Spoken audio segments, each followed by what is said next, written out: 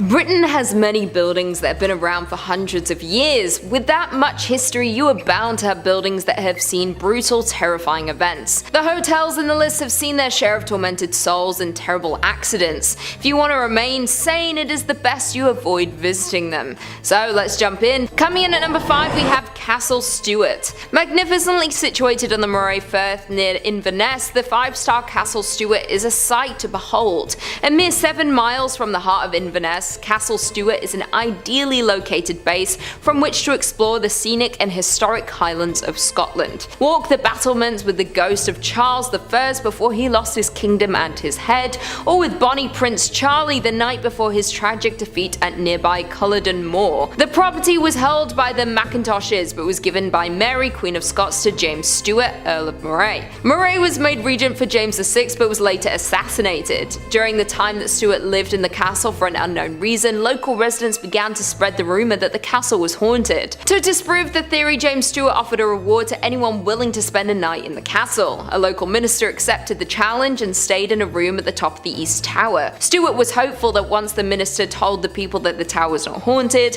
the word of the castle being haunted would not spread. The next morning, however, he was found dead in the courtyard with a look of terror on his face. It was never explained what had happened to him and no killer was ever found. At some point in the night, he had either jumped from the window of the tower or he had been pushed. This only cemented the fear that the castle was in fact cursed. From that day, the locals refused to enter the castle grounds. It lay dormant for around 300 years until it was refurbished and turned into the hotel that we know today. Guests who have stayed there since it reopened have experienced a number of hauntings. Staff have heard disembodied footsteps on the stairs at midnight, horrible screams, and the ghost of a headless man was seen prowling the corridors. Some people have seen a figure pass their window too fast for them to make sense of it, but caught a glimpse in their eye as if someone had fallen from the tower above. The reviews of the hotel prove that guests are convinced the hauntings are real, but they also claim to have enjoyed the stay. If you like being terrified by ancient spirits or tormented by lost souls, this might be the place for you. In at number 4, we have Chillingham Castle in Chillingham. Chillingham Castle is a 13th century stronghold famed for action and battles. With its fine rooms, gardens, lakes, fountains, and tea rooms, the castle has an extraordinary ownership bloodline which runs back to the 1200s. Chillingham occupied a strategic position during Northumberland's bloody border feuds. Chillingham Castle was often under attack and often basked in the patronage of royal visitors, a tradition that remains to this day. Edward VIII came to hunt there, and members of today's royal family continue the tradition with private visits to the castle this century. The medieval castle remains as it was, just with galleries that you can see today added in Tudor days. For the visit of King James VI of Scotland, the castle is a dark past at the hands of the once owner John Sage. Once injured, he could no longer fight for the king. He begged to be kept on in some capacity. He was given the job of torturer and stepped into his new role with relish. It was said that he had a deep hatred for the Scots and little mercy, with over 7,500 men, women and children suffering an agonizing end at his hands. Often legs and arms were broken before they were thrown 20 feet down into the oubliette. With no way to escape, they were to eventually starve and pass away in pain and in fear. It was also said that John Sage met with an equally gruesome death after he accidentally killed a tribesman's daughter that he had been in love with. The father exacted his revenge and John was executed at Chillingham, with parts of his body being taken as souvenirs, a fitting end to a life dedicated to such cruelty. One of the most famous ghosts is the ghost of the Blue Boy, often witnessed by flashes of blue light or halo. These sightings settled down when 2 skeletons, one of a man and the other a young boy, were uncovered during renovation work. They even found documents with the remains dating back to the Armada. Who they were and why they were hidden remains a mystery. Some of the smaller hauntings guests reported including footsteps being heard walking around the rooms and the taps turning on by themselves. Another common sighting includes those of the Lady in White, who, after suffering from being poisoned, begged guests for water in the pantry. These are just a couple of the ghosts and hauntings around the castle. If you're brave enough to investigate, you might find a few more. Number 2. Allegan Lodge. The old Allegan Elk Lodge was built in 1909. It was used as a psychiatric and TB hospital until its closure in 1948. The lodge was a former hospital that was frequented by mobster Al Capone,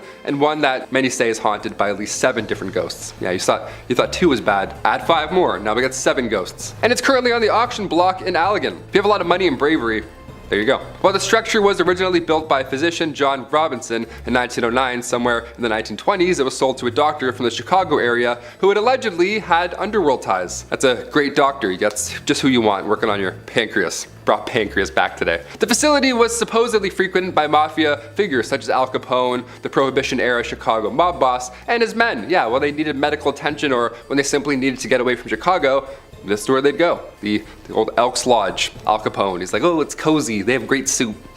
Years later, it was used as an Eagles Lodge and an Elks Lodge. And in 2010, it was acquired by an Allegan woman who began renovating the property, but now she wants to sell it. Yeah, can't imagine why. Because one of the former doctors who owns the lodge had underworld ties, maybe? Something like that? I don't know. It led to a lot of people believing that there's a lot of undercover stuff about this lodge. It's still happening to this day. I don't know why I'm doing this like it's like over there, but I'm like, there's something going on in that lodge. Especially as it's known to hold 7 different paranormal entities, like I mentioned previously. For many years, employees and visitors have told stories of spirits who relentlessly roam the building. Some of the paranormal activity that has been experienced here includes cabinets opening up by themselves in the kitchen, sounds of children laughing, it's always calming in the morning, photographic anomalies captured throughout the building, and like you name it, shadowy figures in the basement, all bad. Notably where the morgue was located, the basement, good stuff, a lot of stuff happening in there. They'd be knocking on the front door, indiscernible conversations, and ringing at the doorbell when no one was present. Yeah, good stuff. Again, I have goosebumps, they're back. Guests also heard footsteps and the sound of hospital activity long after being used as one. They'd also see full-bodied apparitions of children. They would just see ghost children. That would be it. I wouldn't have to see any more. I would just see the ghost children and be like, again, see ya. Like that's. And finally, number 1, Point O Barks Lighthouse. There are plenty of lighthouses in Michigan, and plenty of them are rumored to be haunted, of course, because they're lighthouses and they're creepy, as they normally are. And this one is no exception. Built in 1847, real old, lot of history with this one. The lighthouse is located on Point O Barks. As the legend goes, early to mid 1800s, Peter Shook had been Point O Barks' first lighthouse keeper. He was the OG. In 1849, Peter drowned while he and a couple of friends were sailing to Port Huron to pick up supplies for the lighthouse. He left behind 8 kids and his wife Catherine, and she took over at that point for Peter's duties, thus becoming Michigan's first female lighthouse keeper. Since then, people have claimed to see the spirit of Catherine walking along the edge of a cliff dressed in mourning clothes, as she is still heartbroken by the loss of her lover, of course. As we talked about earlier, ghosts like to wear the things that they were, that they passed away in. Again, would hate to be a clown outfit, that would suck. She had also been spotted in the window of the 2nd floor wearing an apron, along with an apparition being seen, footsteps ascending and descending the tower stairs, and giggling has also been heard. Yeah, you hear giggling and there's cold spots, therefore haunted, for sure haunted. And the smell of burnt tobacco has also been wafting through the air many a times. Lighthouses are pretty stressful, more than fair. When paranormal investigators, specifically the Southeast Michigan Paranormal Society team, when they had a 2-day intensive investigation after their search, they concluded that they believe that there is every reason for the lighthouse to be haunted. The investigators did some electric voice phenomenon work in the living room, and then they heard loud thuds from overheard. Like, where did they get this gear from, Like, I want this gear. I have some questions of myself going on in the apartment. I want to swing it around a bit. A sound of something scraping along the floor as well, and additionally, during their investigation, the rocking chair had moved 2 feet and was still moving. Just love to keep rocking around. We love that. We love haunted rocking chairs. We love unexplainable forces. While they were upstairs, they also reported hearing heavy footsteps from another unknown source. So many ghosts, there's rocking chairs, people moving around, working in the basement. It doesn't sound like the afterlife is a peaceful one, if I'm being honest. Sounds like there's a lot of to do after you die. I'm not really looking forward to it. I thought I could just kind of float around in your paintings, but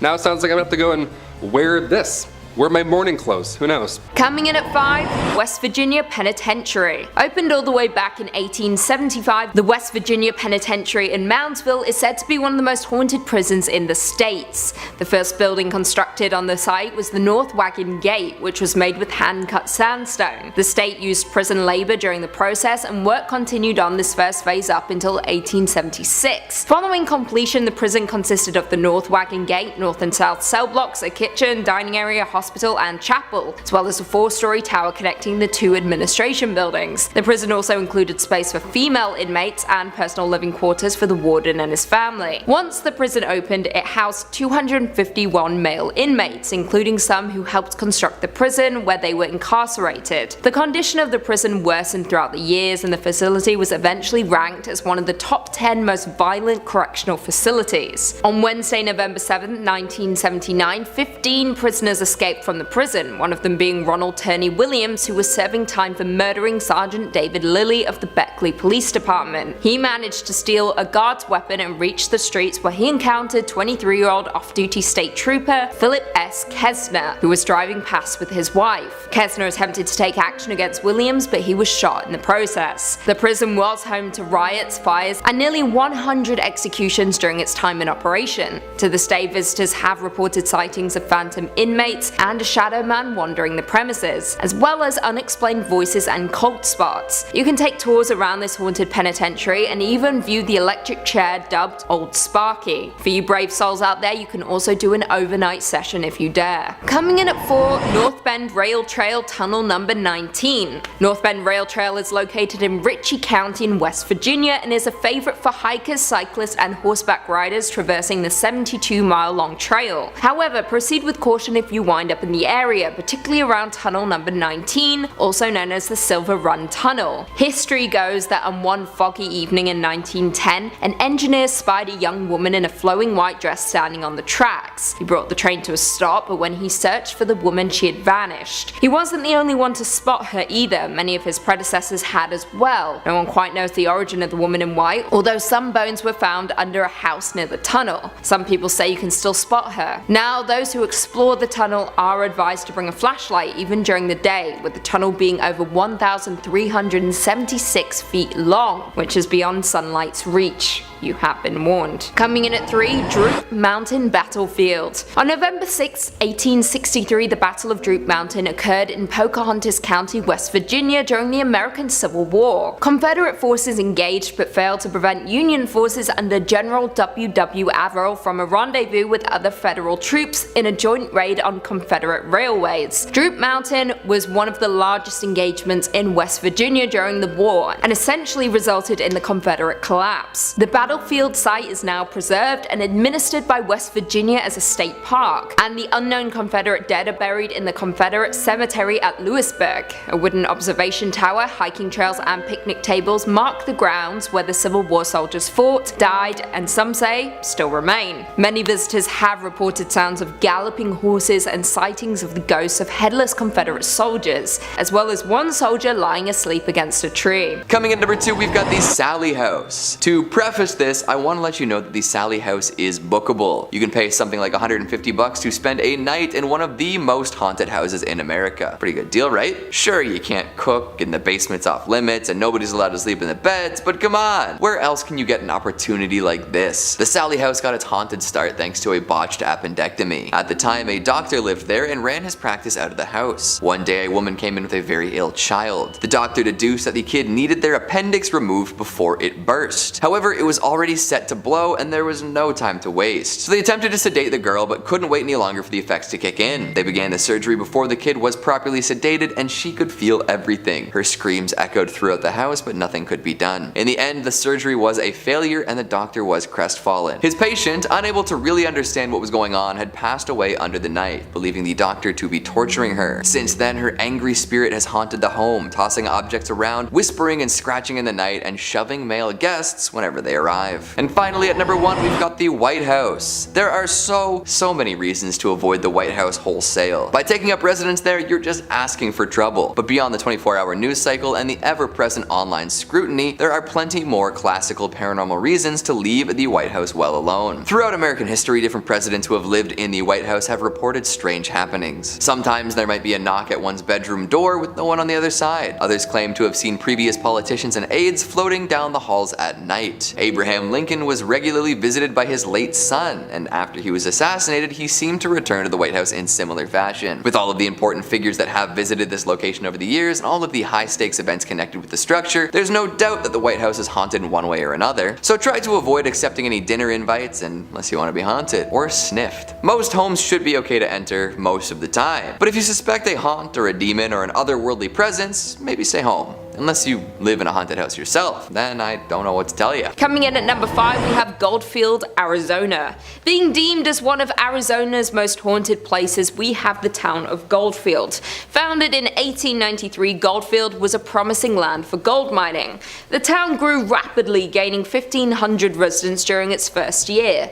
The space was quick to build businesses including stores, a blacksmith, a butcher, a brewery, and 3 saloons. Though the town of Goldfield met its fall just as quickly as it was built up. After 5 short years, the gold ran out and people began to dwindle, eventually leaving it fully abandoned, securing its ghost town status. Being classified as a ghost town doesn't necessarily mean a place is haunted by ghosts, but this is not the case for the Goldfield ghost town. There's plenty of documentation and investigations that point to Goldfield being a paranormal active ground. It is known that a mysterious figure lurks within the shadows of the Goldfield ghost town, Bordello. It is unclear who this spirit would have been in life, yet it is commonly believed he was once a miner who lived in the town. Unexplainable knocks and bangs are heard in the building, and some unfortunate visitors have been scratched. This activity is attributed to a dark character who's usually seen wearing a cowboy hat. Just on the horizon of the Goldfield ghost town sits a landscape made ominous by its name and the legend surrounding it. The Superstition Mountains are cloaked in mystery and at the center of many fables, making them notorious among the paranormal community. The Superstition Mountains carry many secrets, the most famous being the location of a supposed deposit of gold and riches in the Lost Dutchman's gold mine. A curse has kept this treasure safe since the days of Goldfield's mining boom. Many have set out to locate these riches, and many have returned empty-handed or found only death. Countless adventurers have perished in the Arizona heat pursuing this chase. Their ghosts are said to now haunt the mountainside. Other secrets of the mountain have people believing that the hill is a place where evil spirits hid and told stories of a devil that lived behind the mountain. There's also a rumored apparition of a hugely tall skeleton named the Borrego Phantom, which appears to those exploring the mountain after dark. Another layer of creepiness is added to the mountain by the local legend that reptile-looking people surface there after dark.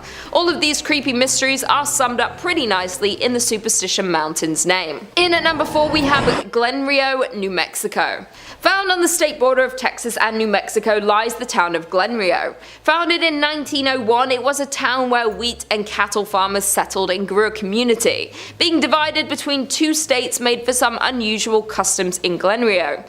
The mail would arrive at a train depot on the Texas side, but would have to be transported to the post office on the New Mexico side. The Texas side was part of a dry county, so all the bars were on the New Mexico side. Because the gasoline tax was higher in New Mexico, all the service stations were on the Texas side. By 1920, Glenrio had a hotel, a hardware store, and a land office, as well as several grocery stores, service stations, and cafes. Though Glenrio's permanent population never rose above 30 people, the town survived with its tourist-based businesses catering to the many travelers along Route 66. By 1985, only 2 residents remained in the small town, and the Texas post office was the only business open. It too has long since closed. Other buildings have overgrown sites, missing windows, or debris surrounding them. The detritus of 4 decades when Glenrio welcomed tens of thousands, fed and entertained them, and sent them on their way towards Chicago or California. In at number 3 we have Nevada City in Montana.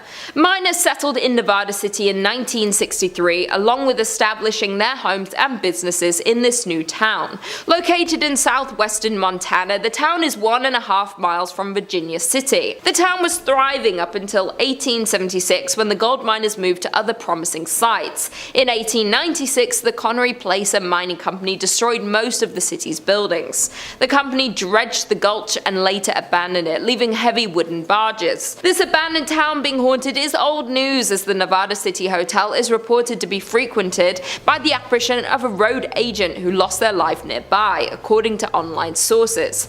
Visitors have also reported hearing footsteps in the hallways and seeing shadowy figures standing behind their reflections in mirrors. Additionally, the spirit of an older cowboy figure who never speaks but lurks in the hotel rooms and even sits at the bar in the Virginia City. Back when the hotel operated, guests also complained of a weeping woman, always in the same room, only to be told there was no guest in the room in question. Coming in at number 3, Castle of Good Hope in South Africa. This oldest colonial building in South Africa, the Castle of Good Hope, is a pentagonal fortress built by Dutch colonialists in the 17th century. The well-known landmark is central to the history of Cape Town, having served as the seat of government and military operations for 2 centuries. The first ghost was spotted in 1915 when the apparition of a tall gentleman was seen jumping off the side of one of the castle walls and then walking between the bastions Leerdam and Orange.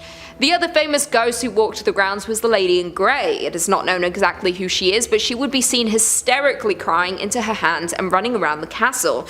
She used to be seen frequently by those on the grounds. However, during one of those renovations of the castle, the remains of a woman were uncovered and removed. Since these were removed, the woman has not been seen. It seems she was waiting for her remains to be found. Maybe her death was a sinister attack covered up and her body was lost until that day. The castle today has 3 museums and often tours of the old buildings. Be careful if you visit though, as it appears the spirits who have existed there were not happy ones. Coming in at number 2, Hellfire Club in Ireland. The Hellfire Club was a hunting lodge built in 1925 for William Connolly, an Irish parliamentary speaker. The stones of the buildings are from ancient passage tombs said to have angered the devil, which first associated the site with the supernatural. The lodge reportedly became a gathering place for a small group of Dublin elites who met for debauchery and devil worship. Its ruins sit atop the summit of Montpellier Hill in the foothills of the Dublin Mountains.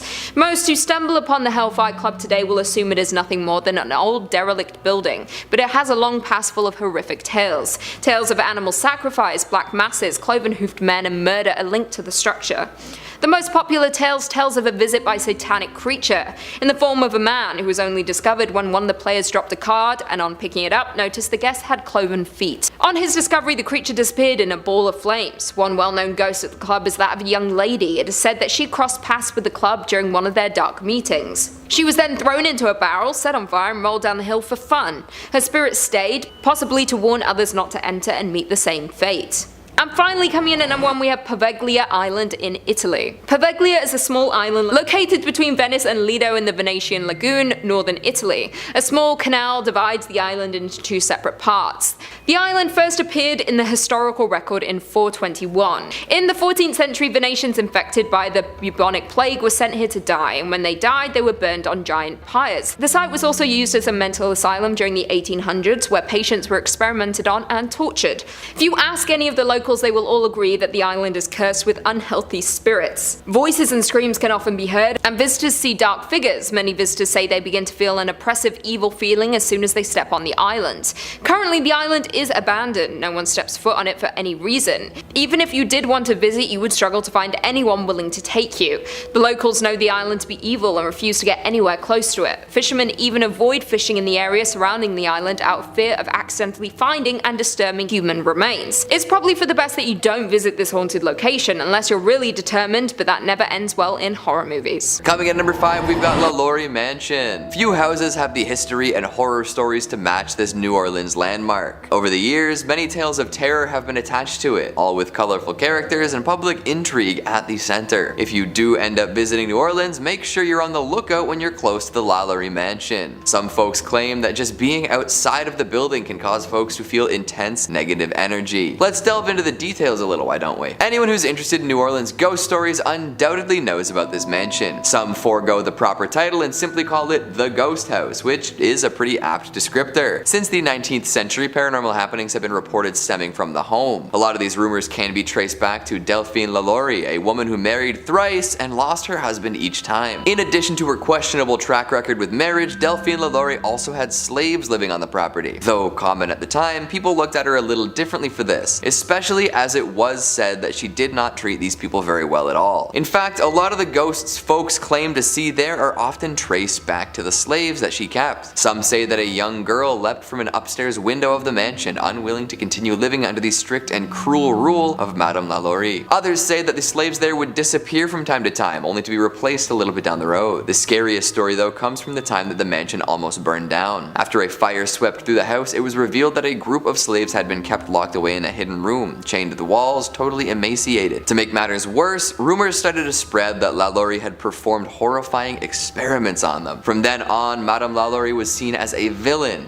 a criminal, a mad scientist. And while none of these experiments have been properly confirmed, their influence still remains to this day. There's some scary history attached to this house, and many people still claim to see the ghosts of people who once lived there roaming about after dark. Coming in at number 4, we've got Craigdarroch Mansion. Sticking with the haunted mansion theme for a little while, this little Canadian gem is packed to the gills with ghost stories. Any sort of old-fashioned mansion is probably subject to similar scrutiny, but this one in particular seems to capture the attention of many. This mansion was being built for Robert Dunsmuir, a rich coal baron who wanted a luxurious home. Unfortunately, he never did get to live as lavishly as he would have liked, as he passed away a year before it was completed. Could it be that his restless soul refused to pass on without getting his money's worth? Is he the ghost swooping through the ornate hallways? Well, that could be the answer, or at least part of it. Craigdarroch Mansion doesn't just get its reputation from one singular ghost. There are many that call these dusty rooms home. In fact, one more important figure in the house's completion perished before it was ready for living. The chief architect of the mansion didn't quite make it to the ribbon-cutting ceremony. Tragic and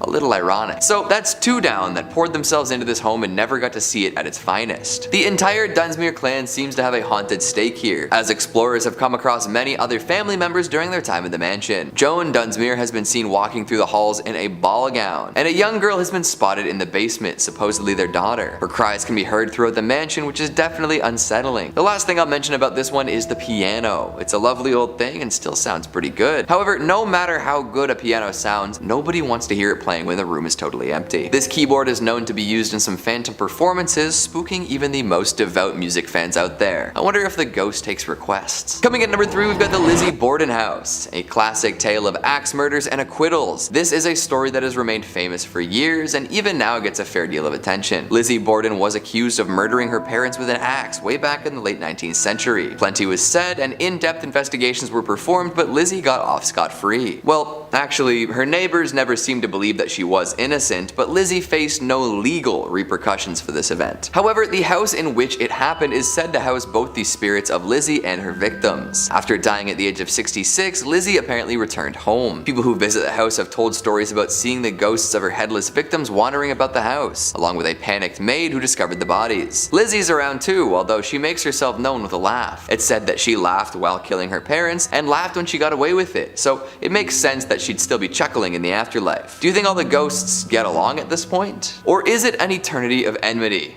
I suppose you'll have to visit to find out. Coming in at 2, Lake Shawnee Amusement Park. In the late 1700s, the Clay family moved to West Virginia, which is presently known as Mercer County. The Clay family, comprised of Mitchell and his wife, settled on an 800-acre farm and raised 14 children. However, in 1783, tragedy struck. While Mitchell was out hunting, a few members of the Shawnee tribe killed 2 of the Clay children and burned another at the stake. In retaliation, Mitchell hunted down a handful of Native Americans and killed them. The land in turn became unoccupied for years, up until the early 1900s when Conley T. Snyder purchased the land and built a small amusement park on it. However, the amusement park had just as unfortunate luck as the Clay family.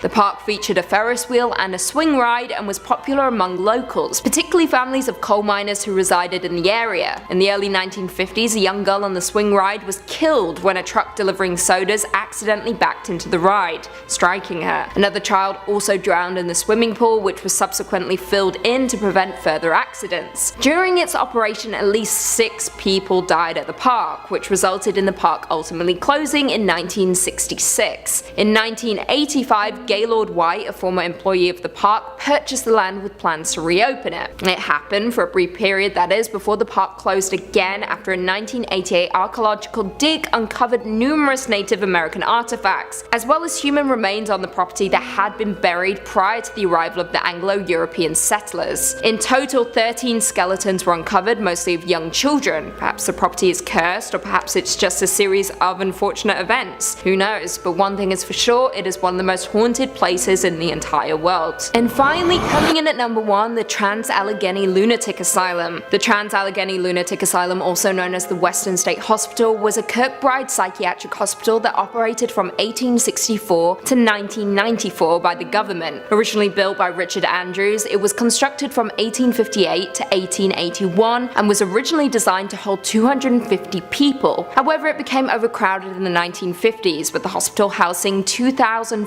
400 patients, resulting in it being forcibly closed in 1994 due to changes in patient treatment. Following its closure, it was then purchased by Joe Jordan in 2007 and is open for tours and other events to raise money for its restorations. During tours of the facility, witnesses have reported doors slamming, shadowy figures, and even blood-curdling screams from within the building walls. The asylum has garnered such a spooky reputation it has appeared on shows such as Ghost Stories, Ghost Hunters, Ghost Adventures, and Paranormal Lockdown. It was also featured in Bethesda's 2018 video game Fallout 76 under the name Fort Defiance and acted as a base for the Brotherhood of Steel, one of the game's main factions. Coming in at number 5, we have Aradale Asylum in Ararat, Victoria, Australia.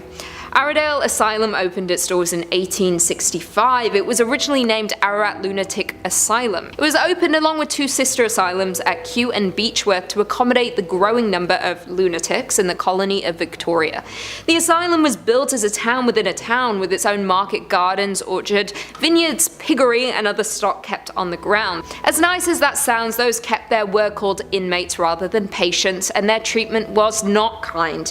Many people were sent to the asylum for different reasons, mostly those struggling with mental health, and others dumped there for petty reasons. It was home to many men, women, and also children. Both electric shock therapy and the lobotomy were performed en masse at Aradale. Death was another factor that contributed to the dark history that cloaks Aradale. It is estimated that at least 13,000 deaths occurred throughout Aradale's many buildings during its 130 years of operation, meaning that up to a third of patients who entered the hospitals never came out. It is considered Australia's most haunted building to this day. There is currently only one tour operator allowed to go into the building. People who have visited the building have a lot of similar stories about various hauntings. Many experience a bitter taste in their mouth while visiting one of the offices. When this was looked into, it is revealed that one of the head doctors poisoned himself in that very room. Others felt a weird tingling in one side or all over their body while in the electric shock therapy room. Some see faces or shadows, others hear screams or banging. There is not much to be known about the people who died within the walls or who might remain, making it a very dangerous haunted location to any visitor. Coming in at number 4, we have the Bangara Fort, India. The ruins of a fort city built in the 17th century. Bangara Fort consists of fort walls, bazaars, havelis, royal palaces, and numerous temples, with 3 grand stories you can explore. But do not be fooled by the beauty of these ruins, as they are ranked as the most haunted fort in India. The place is considered to be so haunted, entry is restricted after sunset, so if you're wanting to explore, you will have to do it in the safety of the sunlight. It is known that there is a curse that hangs over the fort, put there by Singhir, someone who is well versed in black magic. He fell in love with the Princess Ratnavati, known far and wide for her beauty and kindness. Knowing he did not stand a chance with her, he enchanted her perfume so that when she used it, she would fall deeply in love with him. The princess found out about this and threw the bottle. As it flew through the air, it turned into a boulder and crushed Singhir. He was crushed under its weight, but before he died, he cursed the princess, her family, and the entire village. The next year, a battle was fought between the forces of Bangara and Ajabgarh, which led to the death of Ratnavati and most of the army. This was believed to be a result of the curse. It was due to this curse that no one in the village or fort could be reborn. It is forever condemned to desolation and is inhabited by ghosts. If any villager tries to build a roof, it apparently mysteriously collapses. The curse is said to have trapped the souls of those lost within the desolate fort. The guards keep watch to ensure no one enters after dark. It is not a safe place to be when the spirits awake at night.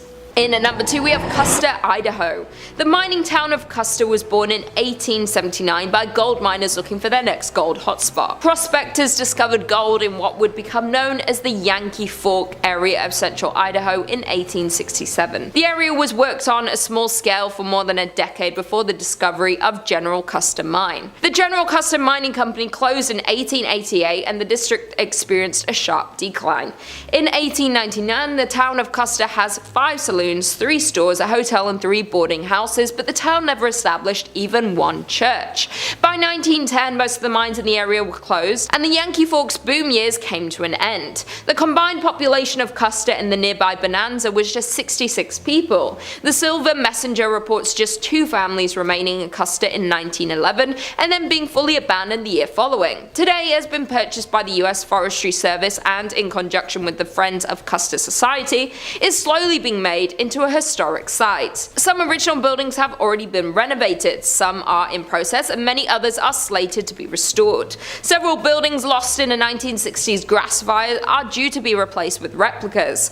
The Forgotten Town is a landmark for many people such as tourists and especially paranormal investigators. In the old schoolhouse is a museum containing items left behind and showcases the town's unique history. Although interesting, you can't help but get an eerie feeling thinking about the people who once owned these items, as walking into one of these structures is like walking back in time. To think this town was once active with human energy and miners working every single day. And finally, in at number 1 we have South Pass City, Wyoming. Only about 10 miles north of the Oregon Trail is the shell of a town that used to be a busy gold mining camp. Established in a small valley along the banks of Willow Creek, the town was born in 1867. The town was built there because gold was discovered in the Wind River Mountains. By 1868, South Pass City boasted over 250 buildings, 1,000 people, and hundreds of claims. The town was extremely busy as its half-a-mile-long main street boasted numerous hotels, restaurants, general stores, 2 newspapers, doctors, a bowling alley, and dozens of saloons.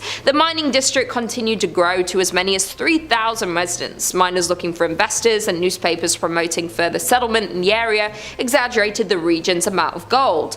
But for South Pass City, its great success wouldn't last, and just 2 years after its establishment would begin to show its first signs of declining. Hitting a fall in early 1869, the town resurged briefly after outsider capital was poured into the area, but would fall again as expenses and hardships to recover the gold proved too costly for most miners. By 1872, the town was only occupied by only a few hundred people. In the end, South Pass would become a permanent ghost town. By 1949, the last of the pioneer families had moved on from South Pass City, and the buildings had fallen into disrepair.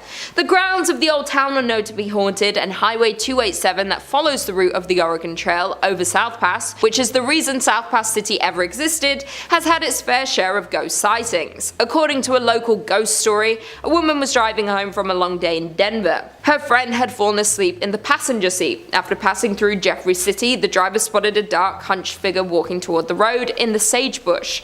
About a half-mile later, she saw the same figure closer to the road. She noted his pig coat as he became clearer. About a half-mile later, still thinking about this man and his surprising reappearance, she reached over to wake her friend and request she take a turn driving. As her friend awoke, she saw the same man at the edge of the road, just crossing the white line onto the highway next to the car. Screaming, they accelerated away and compared descriptions. It was certainly the same man. Number 5 on this list is the Castle of Good Hope. This castle is located in South Africa and is on a lot of people's worldwide list of the most haunted spots. A main reason for this is simply how many ghosts reside at this place. It's one of the oldest buildings in Cape Town, and it was initially a fort built by the East India Trading Company. Today it houses the ghosts of Lady Anne Bernard, a soldier, and Governor Peter Gisbert van Noort. All of these ghosts have different origin stories and come from different times. Lady Anne Bernard was the first lady of this colony, and she died many years ago under some very mysterious circumstances. Her ghost is said to frequent this spot and will make herself known to visitors. The soldier in question apparently hung himself in the bell tower many years ago as well. This tower has been reported to ring itself with nobody near it at all, and many think that it's the ghost of this soldier that's responsible. And the last is the governor. And this was apparently a very cruel man who would send soldiers to the gallows for his own sick amusement. Apparently one soldier, before being killed,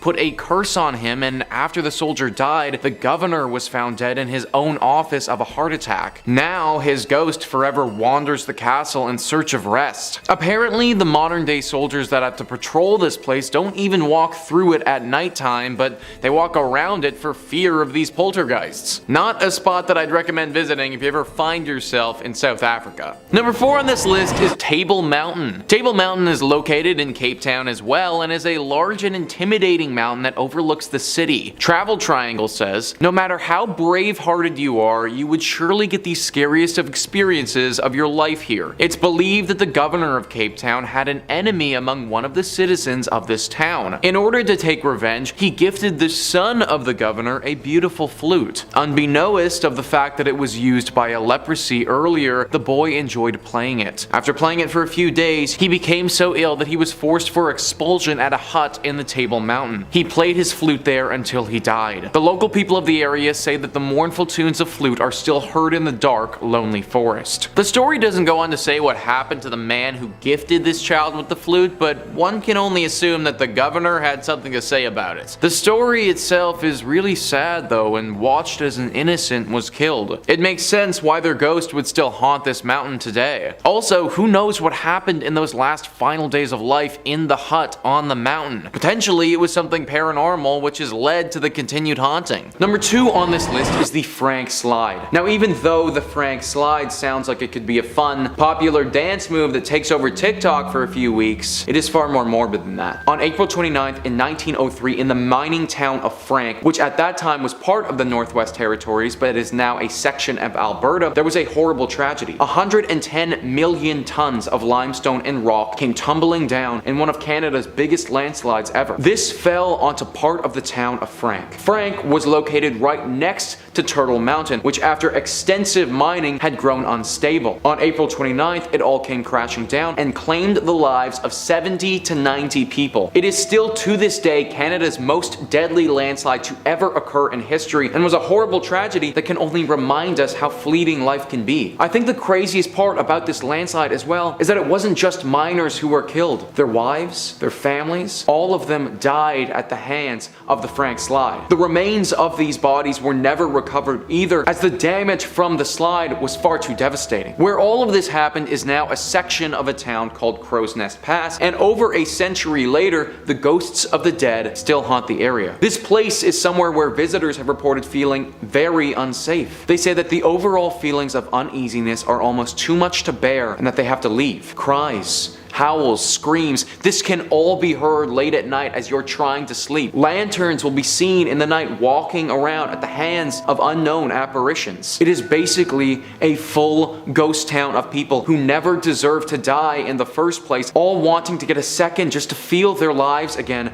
as they were so unfairly ripped away from them. Definitely one of Canada's most horrific tragedies, and now home to one of its most haunted locations. Number 1 on this list is the Banff Springs Hotel. This hotel is located in Banff, Alberta, and is truly one of the creepiest places that I've ever read about. Now, first off, I want to note the hotel itself looks gorgeous on the outside. The beautiful nature it is surrounded by is stunning, and the hotel gives me some serious Harry Potter Hogwarts vibes. However, when I say that this place is surrounded by nature, I really mean it. It is totally out on its own, with no other buildings in sight at all. The secluded site has been around for 132 years and has housed its fair share of visitors. Some of these visitors have had some incredible stays. I mean, when you look it up online, the hotel has a 4.7 Google rating, so I mean, it's pretty freaking good. Some of the guests, though, they never checked out. In the 1920s, a couple was set to have their wedding at this hotel. On the day of the ceremony, though, the bride, while she was walking down one of the hotel's beautiful marble staircases, tripped and fell, smacking her head on her descent and dying on the spot. This bride's spirit is one of the most notable sightings people have had when they're staying at this hotel. It's said that they often see a phantom in a wedding dress ascending and descending the stairs very quickly. She's also been seen in the ballroom dancing alone, potentially dreaming of the dance that she wanted so desperately to have with the husband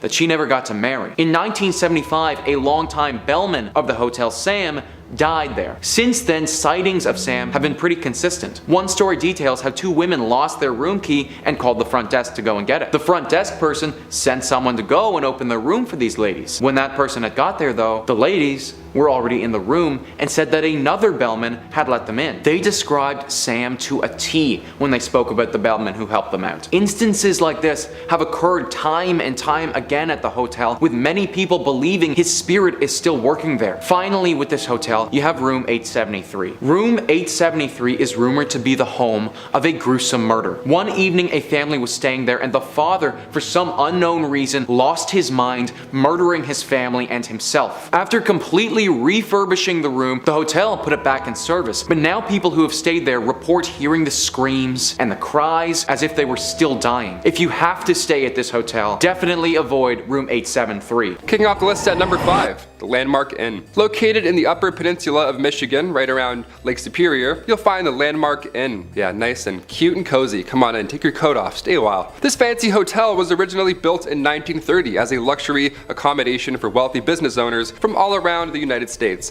Sounds like a good time. Let's gather, let's talk shop around candles. These business owners would visit the Landmark to check on their business interests, all that good stuff. Though for its 100 years being open to guests, the hotel has had multiple reports of, you guessed it, ghosts and paranormal activity. It's so common at the Landmark Inn that the ghost hunters and paranormal investigators, they make trips out to the hotel quite often just to check in and be like, hey, how's it going? And they put on their gadgets and they just check in on them. They can rely on them. The hotel's 6th floor is home to one of the saddest stories the hotel has ever seen. This story takes place in the 1930s when the hotel was a new, lively social and cultural center in town. The story revolves around a ship worker who fell in love with a local librarian and conducted their love affair in the Lilac Room. Yeah, of all places, of course, let's go meet the Lilac Room. Sounds beautiful. And that was where the man was staying. Perfect place to meet. The couple was said to have a planned wedding upon his return from the last voyage on the sometimes treacherous Lake Superior. Unfortunately, their love affair ended in tragedy when his ship met with a storm and sank to the bottom of a lake. He never returned to the shore, and the librarian mourned the man in said Lilac Room, eventually dying herself of a broken heart. The heartbreaking story comes with many reports of the Lilac Room now being haunted. Yeah, rightfully so, as a large number of guests has reported hearing cries and whispers from a female. The female is also seen by many guests and workers on the 6th floor near the Lilac Room, crying and mourning for her loved one. A less romantic story that is associated with the hotel goes back to when it was even finished being built. During construction, a man ended the life of his girlfriend due to anger and jealousy, and this took place right after she told him about her past boyfriends and their relationship history, just normal stuff that he flipped out on, just a monster. And since the hotel was still being built, to conceal the evidence, the man buried her in the unfinished basement. Just horrible stuff. You knew I was going there and you're like, ah, please don't. To this day, decades later, visitors and employees report hearing cries from that basement, and some report hearing whispers from a female voice asking for them to find her body. I just got goosebumps. That's real goosebumps. No matter how much time goes by, these two women, heartbroken for different reasons, still haunt said hotel today. Number 4, Michigan Bell Telephone Building. The Bell Telephone Building can be found in downtown Grand Rapids. It's known from the legend that the building is haunted by 2 ghosts. It's always 2, eh? Always gotta have pairs. Good things come in pairs. Even demons. These spirits have consistently caused chaos throughout the buildings for years in their own unique personal way. We love it. We love a unique ghost. The spirits that haunt the Bell Building are rumored to be Warren and Virginia Randall, a couple who used to reside in the Grand Rapids. Back in 1907, they moved from Detroit and bought the Judd White Mansion in Grand Rapids, which has now been torn down and built into what we now know as the Bell Telephone Building. So a lot of history there already. Over the years of living in this new house, Warren and Virginia's relationship started to crumble as Warren became very strange and paranoid almost, creating hardships in their relationship. In 1908, Virginia became tired of Warren's strange and aggressive behavior, so she decided, I'm out of here, peace. She left him. One night, 3 years after they were separated, Warren convinced Virginia into taking a car ride with them, hoping to get back together, maybe talk it out. The two of them ended up at the Judd White house where their verbal disagreement turned horrible, and Warren sadly took the life of Virginia. Then he proceeded to end his own life in the very same moment. The tragic accident that happened in the Judd White house became public knowledge, and the house was left empty with no one wanting to occupy it. Yeah, more than fair. I'm like, what's rent? Also, what happened? No. The house remained abandoned for 10 years after the accident until they finally just decided to tear the thing down completely. Thus, in 1924, they built the Bell Telephone Building on the ground, which still is in operation today. Yeah, they didn't tear that one down. That one's still going strong. Due to the horrifying scenes that happened on the grounds of the Bell Building, many claim that the spirits of Randall and Virginia still remain, haunting the new building. Some say that ghosts move into the new building and remain there to this day. I mean, I think that's possible. Ghosts like to move. They can go through walls, they can probably relocate. Through the years of operation in the office building, visitors and employees all report being harassed by strange late night calls, which have been traced back to be coming from inside of the building itself. Yeah, inside the house. You guessed it, it's upstairs. That's so scary. Due to this and the strange eerie feelings that the employees feel while they're even working, it's safe to say Randall and Virginia may remain on the grounds. Most likely. They're definitely there. It sounds like they're there. They're for sure there. Number 3, the Henderson Castle. Established in 1895, this castle is a hub for many spirits and paranormal activity. I mean, it's a castle. The original owners, Frank and Mary Henderson, are said to haunt the castle as they passed away back in 1899. Yeah, I wouldn't want to leave either. living or dead. Additionally, other spirits are said to reside in the castle, a young girl and a dog. Yeah, a dog! We've got a dog ghost. How do you deal with that? Ghost barks? That'd be so scary. In 2005, the castle was occupied by Peter Livingstone McNellis and his family. When the family resided in the castle, Livingstone's son, Vincent, before anyone else had ever reported anything strange happening in the house, he said that he saw an apparition of a figure in the Victorian room, originally the changing room for one Mary Henderson. The son said while pointing at a picture of a woman dressed in an old period clothing, some Victorian clothing, that was the woman he saw wearing that same clothing. I would throw up. If someone ever said that, I'd be like, oh, this Victorian painting? And one former innkeeper who stayed at the castle each night told Livingstone on numerous occasions that she also felt a presence coming up and down the staircase, a movement passing her on the stairs when she would walk by. Ugh, these are scary. Top 5 is like, or top 10 is scary fish. This is hard. This is some scary stuff. 9 a.m. I'm already getting spooked. While now the castle is being used for a bed and breakfast, guests have fallen victim to ghosts as well. Yeah, it's not over yet. The Henderson Castle is a very paranormal active ground that many ghost hunters have investigated, and they've confirmed, in fact, that it's haunted by spirits. I trust them. The people that can go into these castles and physically do this, I'm like, yep, I trust your opinion, whatever. He just comes out, he's like, haunted. We're like, thanks, Daryl. This has been confirmed as these ghosts have interacted with many paranormal investigator teams, in addition to guests and employees of the castle. Yeah, they're just harassing everyone. The ghosts seem to be friendly, not evil whatsoever, so that's a good side, I guess, to being haunted by ghosts. They have been known to speak and physically touch guests and employees. They touch them on their back, side, shoulder, always in the back. You never see it coming. It's always in this region. Not only that, but there's also been reports of radios making weird noises or turning on by themselves, even though they're either unplugged or just either turned off. Both bad, both scary. Guests and employees have also reported hearing footsteps upstairs, slamming doors from unexplainable sources, and some ghosts have been wearing the clothes that they wore while they were alive. Clothes that they wore while they died in, probably. As the spirit of Mary Henderson has been reported as many guests at the top of the staircase, wearing her usual getup. Imagine being like a clown, like a jester, and then you die in that, and that's what you look like as a ghost. You're like, what? I was doing a mascot gig. I don't look like a shark forever. Number 3 on this list is Baron Mpaine's Palace. So this palace is located in Egypt and is apparently one of the most haunted. Usually when we think about haunted spots in Egypt, we think about the pyramids. And truthfully, they should probably make this list as well. But today I wanted to pivot and shine some light onto this place, which is arguably just as cursed. Travel Triangle once again writes, people nearby and guards around the palace have seen ghosts and have heard weird voices coming out of this now abandoned place. It's believed that Baron, owner of this house, used to live here with his wife, daughter, and other family members. Baron's wife died in this palace in very mysterious circumstances. It's also believed that his wife was unhappy with Baron due to his extramarital relationships. This made the daughter undergo severe pain and depression, and after a few months, she also passed away under mysterious circumstances. Baron died, and people aren't sure exactly how he died either. Due to the jinxed and haunted experiences the other relatives had long left the palace. This site has been very popular among ghost finders and Egyptian tantrics, but after the haunted experiences increased, the palace has been shut down for visitors, although one can roam around the exteriors of this place. This is among the spookiest haunted places in Egypt. Whenever 3 people die just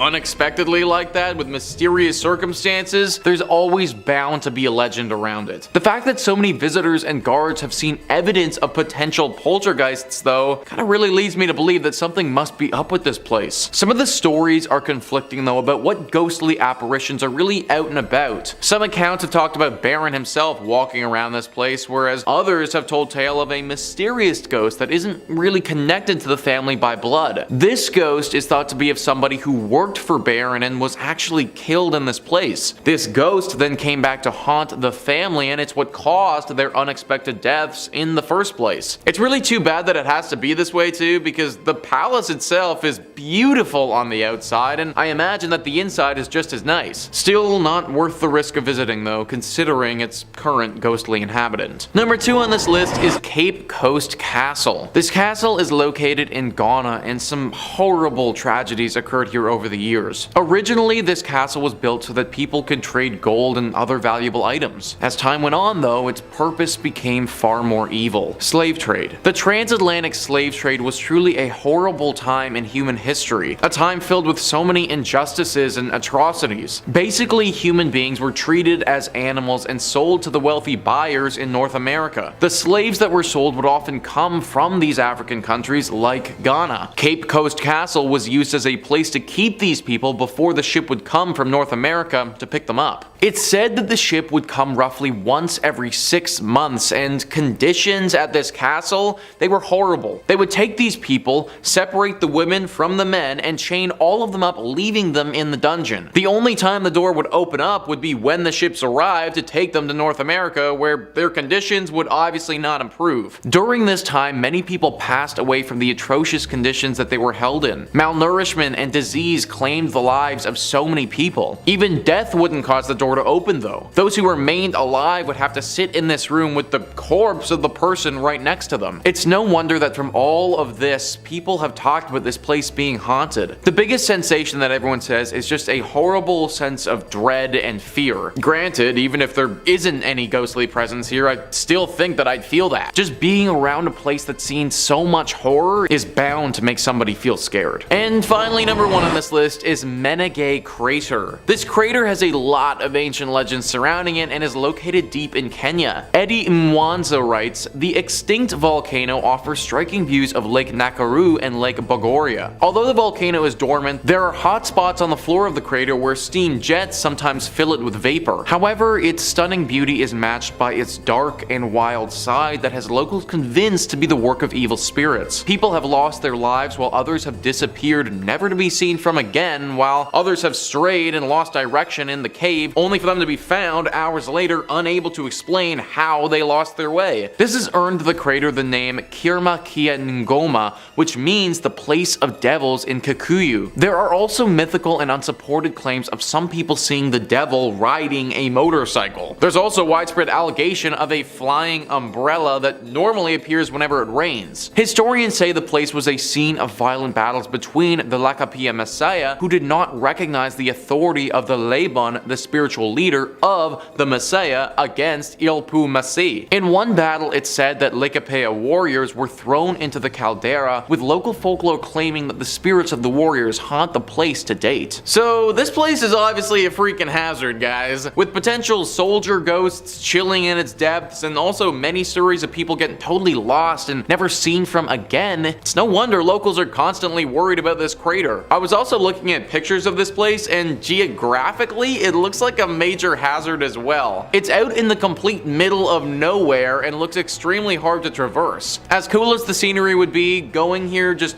really isn't the best idea. In at number 5, we have the Franklin Castle in Ohio. The high Victorian home has been a fixture of the city's west side for over 100 years. It was built in the 1880s by grocer turned banker Hans Tiedemann. Although his wealth was significant, Tiedemann's life was filled with tragedy. A distressing number of his immediate family members would die in this house. The story goes that the construction of the castle's elaborate turrets, prominent gargoyles, and increasingly large network of rooms were an attempt to distract his wife from the ceaseless amount of death. That is, until she too suddenly passed away. After Tiedemann sold the property, it spent several decades as a German cultural center. The tales of hauntings picked up in the 1960s, as reports of surging electricity, the sound of babies crying, and a mysterious woman in black gained steam. Human bones were found in a closet in 1975. It was never confirmed who the remains belonged to, but with the number of deaths within the home, it is believed to be one of the Tiedemann's family. As the years have gone by, tales of Franklin Castle have grown, and now include an axe murder, a mass shooting of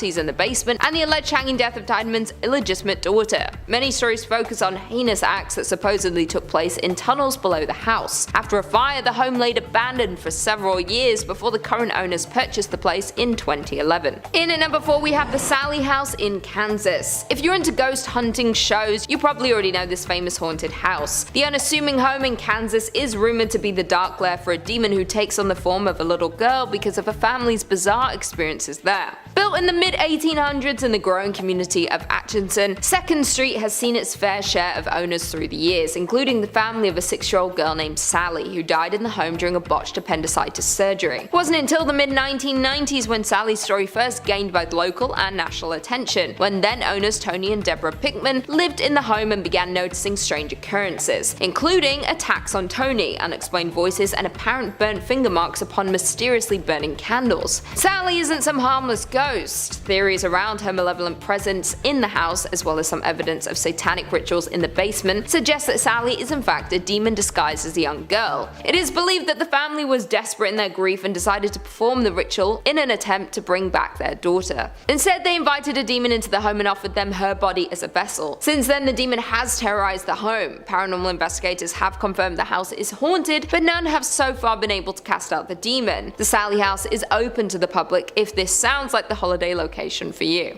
In at number 3, we have Bell Witch Farm in Tennessee. In the early 1800s, John Bell bought a tract of farmland along Tennessee's Red River. Bell and his family thrived on the farm until they started to see strange-looking animals around the property, most notably a dog with a rabbit's head. From that point on, the family was beset upon by unseen forces, largely targeted at Bell and his daughter Betsy. They experienced physical attacks, heard unexplained noises, and even spoke with the entity. What was the Bell Witch? Like most supernatural stories, certain details vary from version to version, but the prevailing account is that the Bell Witch claimed to be the spirit of Kate Batts, a mean old neighbor of John Bell who believed she was cheated by him in a land purchase. On her deathbed, she swore that she would haunt John Bell and his descendants. The human interactions with the spirits date all the way back to 1817. Former President Andrew Jackson was quoted as saying, "I had rather face the entire British army than to spend another night with the Bell Witch," after he and some of his troops spent a night at the Bell's farm. Over time, so many people traveled great distances to visit the Bell's home that it had to eventually be torn down for safety purposes in the latter part of the 1800s. The historic Bell Witch Cave has preserved some of the artifacts from the original cabin, such as a chimney stone and an iron kettle. You can see these articles along with some other artifacts, news articles and photos from the time John Bell and his family resided on the farm when touring the reconstructed Bell cabin. If you're interested in paranormal activity, or if you're a history buff, then the Bell Witch Cave and farm will definitely not disappoint. Number 2 on this list is West Virginia Penitentiary. Would this really be a most haunted place list if we didn't throw a prison on here? Paranormal activity usually favors places that have seen a lot of tragedies and sadness, and this penitentiary has definitely had its fair share. This prison opened up in the 1860s and was active for 119 years before finally being shut down.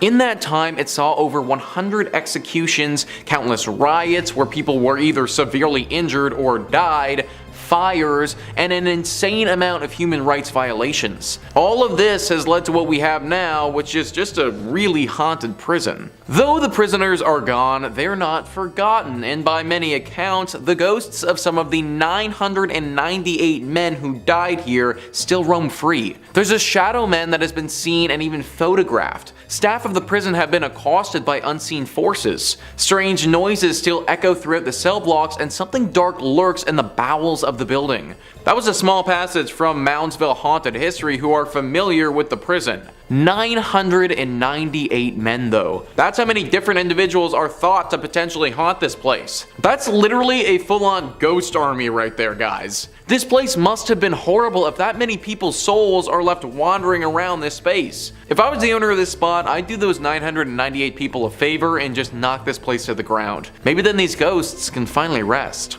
And finally, number 1 on this list is Point Pleasant. This has got to be the top spot on our list just considering the amount of lore surrounding the creature here. The Mothman. If you're watching videos on this channel, then I imagine you're already probably familiar with what this creature is, but for those who aren't, the Mothman is a humanoid creature reportedly seen in the Point Pleasant area from November 15th, 1966 to December 15th, 1967. Shayla Klein says, according to legend, Mothman is a black 10-foot creature with wings and red eyes. Articles and newspapers at the time were reporting that the monster was also commonly seen in the TNT area near town, with some locals speculating that perhaps people were really seeing cranes or owls, and others wondering if the creature was created in some sort of mutation accident involving the chemicals associated with storing TNT. Regardless, legend has it that mysterious men in black suits began visiting the town shortly after the sighting reports. The most infamous sighting of Mothman was on December 15th, 1967. Locals said that they saw Mothman on top of or flying over the Silver Bridge, which was a suspension bridge over the Ohio River that connected Point Pleasant, West Virginia, to Gallipolis, Ohio. According to Mothman lore, shortly after the creature was spotted on the bridge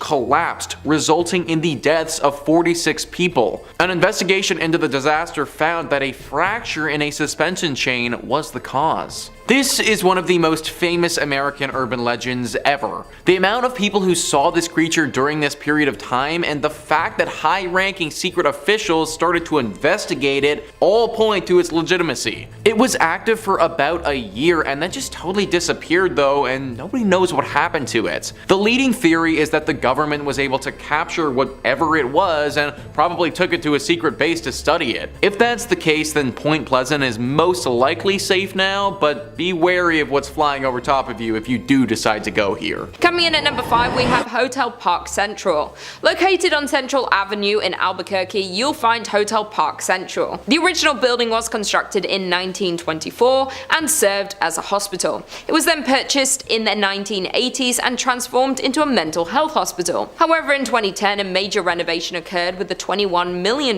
investment, and it became the luxury hotel that we know today. The hauntings in this building date back to the time it served as a hospital. Patients would report seeing apparitions, hearing voices, seeing objects move, and feeling the presence of other beings when nobody was there. As well, when it was a mental hospital, it was known by patients and workers that on the top floor on the right wing, there is a ghost of a woman that likes to watch people in the hallways. Patients also reported having their bedsheets pulled off them in the middle of the night. Patients were not the only ones to experience things that couldn't be explained though. Staff of the hospital did too. They would often have the sensation of being watched, as well as hearing something whisper in their ear, the movement of objects, and a general sense of heaviness throughout the buildings. Today, many guests at the hotel report similar paranormal experiences, as many guests report feeling watched and the presence of unseen beings. They have also reported hearing voices and shuffling in the stairwells. Several guests have also seen a female apparition on the third floor wing. A group of paranormal investigators were brought onto the scene of the hotel. The investigators were 3 team members who all experienced unexplained voices and whispering while close to the hotel. They also reported distinct coolness near their bodies and a sense of being watched. After reviewing their evidence, some of these experiences were captured on digital voice recorders. They also carried out the flashlight technique, an attempt at communication with the spirit that involves the answering of questions through the turning on and off of the flashlight. This was a success, with several responses captured on video. In at number 4, we have the St. James Hotel. Built in 1972 by Henry Lambert, the St. James Hotel was established. Found in Cimarron, New Mexico, the hotel is known to be one of the most haunted places in America. The St. James Hotel is said to remain host to several restless spirits. Both the owners and the hotel guests will tell you that many unexplained events haunt it. Several psychics have visited the hotel and specifically identified 3 spirits and many others who passed through to relive their experiences. The hotel's second floor is the most active, with stories of cold spots and the smell of cigar smoke lingering in the halls. A prior manager commented about the spirits that linger in the hotel and said, "You never see them, but you do feel and hear them." Another report from a former owner states that she walked into the dining room and saw a pleasant-looking cowboy standing behind her in the mirror on the front of the bar. The spiritual activity of the hotel has been featured on the popular television show Unsolved Mysteries and A Current Affair. Room 18 at the hotel is kept locked because it houses the ghost of an ill-tempered Thomas James Wright, who lost his life at his door just after winning the rights to the hotel in a poker game. Having been injured from behind, Wright continued into the room and slowly met the end of his life. Because of the tragic accident that happened in room 18, it is known as one of the scariest and most haunted rooms. This can be seen with one former owner who said she was pushed down while in the room, and on another occasion saw a ball of angry orange light floating in the upper corner. The staff considers the room to be the most haunted, and people are rarely allowed to enter this room, much less sleep in it. Rumors abound that when the room was rented, several mysterious deaths occurred occurred there. Other unknown entities are also said to roam the hotel, creating a host of paranormal activities. Staff report that items constantly fall off walls and shelves, and electrical equipment at the front desk behaves unpredictably.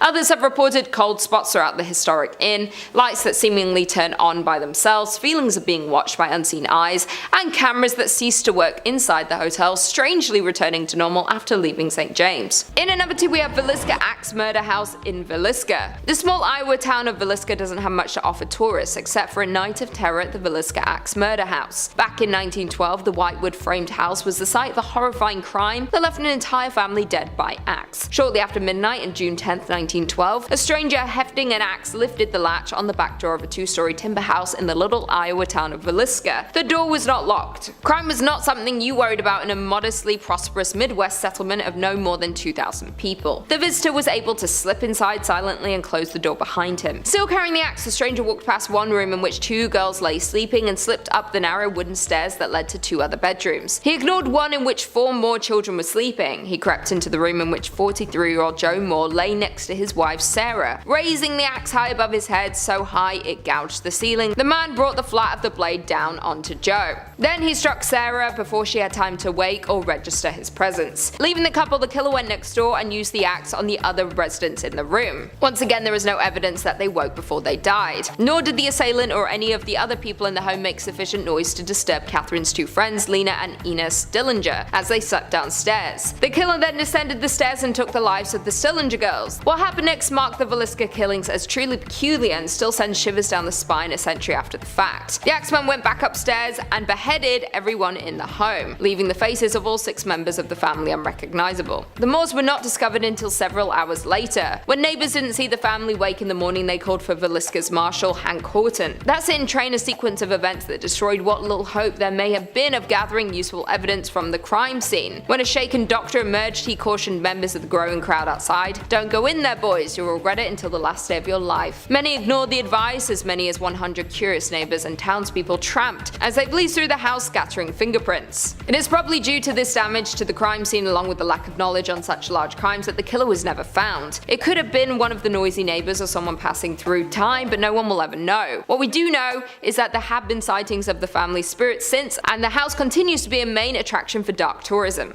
And finally, in at number 1 we have House of Danger in New York. New York's Greenwich Village has some of the most desirable real estate in the world, except for this house on West 10th Street, known as the House of Danger. The townhouse is said to be haunted by the ghosts of 22 people who lived or died within its walls, including the tragic story of a girl who was killed by her adopted father. Being New York City, however, the house has a celebrity pedigree too. Said that author Mark Twain stayed in the house back in 1900 and returned for the occasional visit. The house seems to have started earning its reputation gradually after the Borman family stopped living there. The first recorded incident of bad luck happened in 1897. Cycling celebrity Fred Andrew, the new owner and occupier of 14 West 10th Street, had a moment of bad luck. During his residency, as described in the New York Times, of August 9, 1897, Andrew had a moment of reckless bicycle riding that caused him to hit a person. The person suffered a broken leg and Andrew was subsequently arrested. Jan Bryant Bartle and her daughter took up residency of a spacious apartment on the top floor in 1957. Bartle reported almost immediately that a monstrous moving shadow would often follow her around the home. One time she writes that she had seen a ghostly figure of a man standing in a hall. Bravely, she reached out and tried to touch whatever she was seeing. She felt something, but nothing like she had felt before. She described it as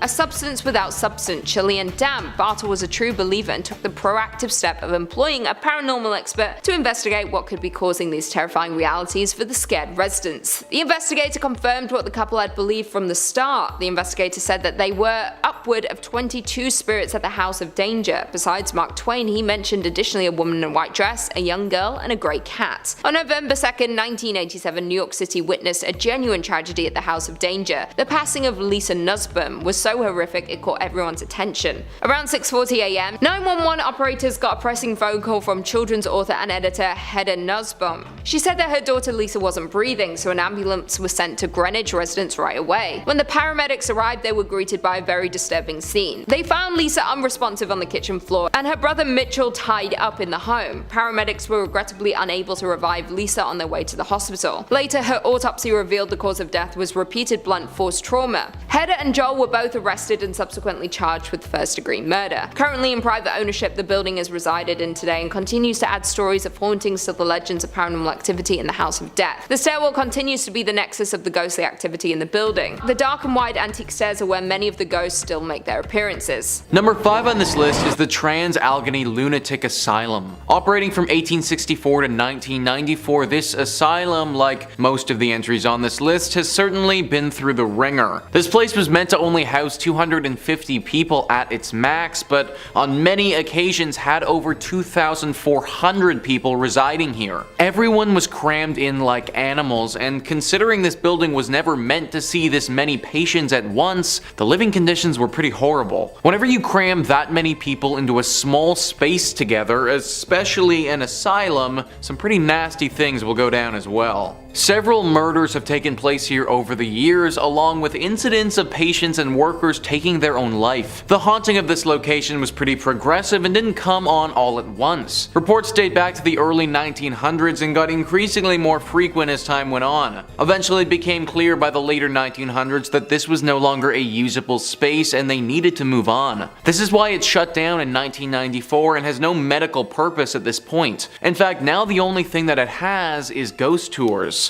The owner of this place know the legends are far stretching with this asylum and intend to make a profit on it. The ghosts are decently friendly here, or at least for the most part aren't dangerous. However, there have been a few instances where individuals have been scared to a point of serious and significant trauma. If you do plan to go here, then make sure you have a thick skin and aren't frightened easily. Number 4 on this list is Haunted Harper's Ferry. Harper's Ferry is a small town in West Virginia that honestly looks like something out of a storybook. It's comprised of roughly 119th century restored buildings. As you can imagine, it's a very quiet town and there isn't too much of a big city vibe going on here at all. This place wasn't always quiet though. In the American Civil War, this town played a pivotal role and was fought over multiple times throughout the years. People believe that it was through the death during the Civil War that this place has developed an affinity to spirits. Deborah Block says, at the nearby True Treats historic candy store,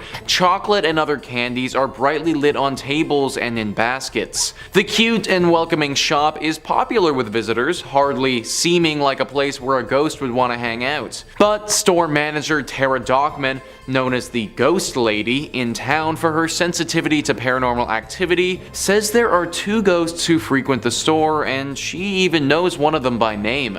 The female has a white flowy gown and she goes to the top floor of the store where there are no customers, she explained. And Colby, a man, likes to show himself and usually shows a shoulder or a pants leg which you'll see walk across a room. They both like to throw candy around and slam doors on customers. Dockman said Colby is a troublemaker who may also push people. She assured me that she had spoken to him about not bothering me while I was in the shop and was hiding in a corner storage area. Tara isn't some nutbag who's the only one who sees ghosts here either. Tons of people in the town have had run-ins with them. In fact, the biggest attraction this town has to offer are the ghost tours that highlight how haunted this place truly is. Number 3 on this list is Lake Shawnee Amusement Park. The park is no longer functional, and based on all of the incidents that went down here, that's probably a good thing. It all started in the 1700s when a settler, Mitchell Clay, and the local Shawnee Native Americans fought and ended with 3 of Clay's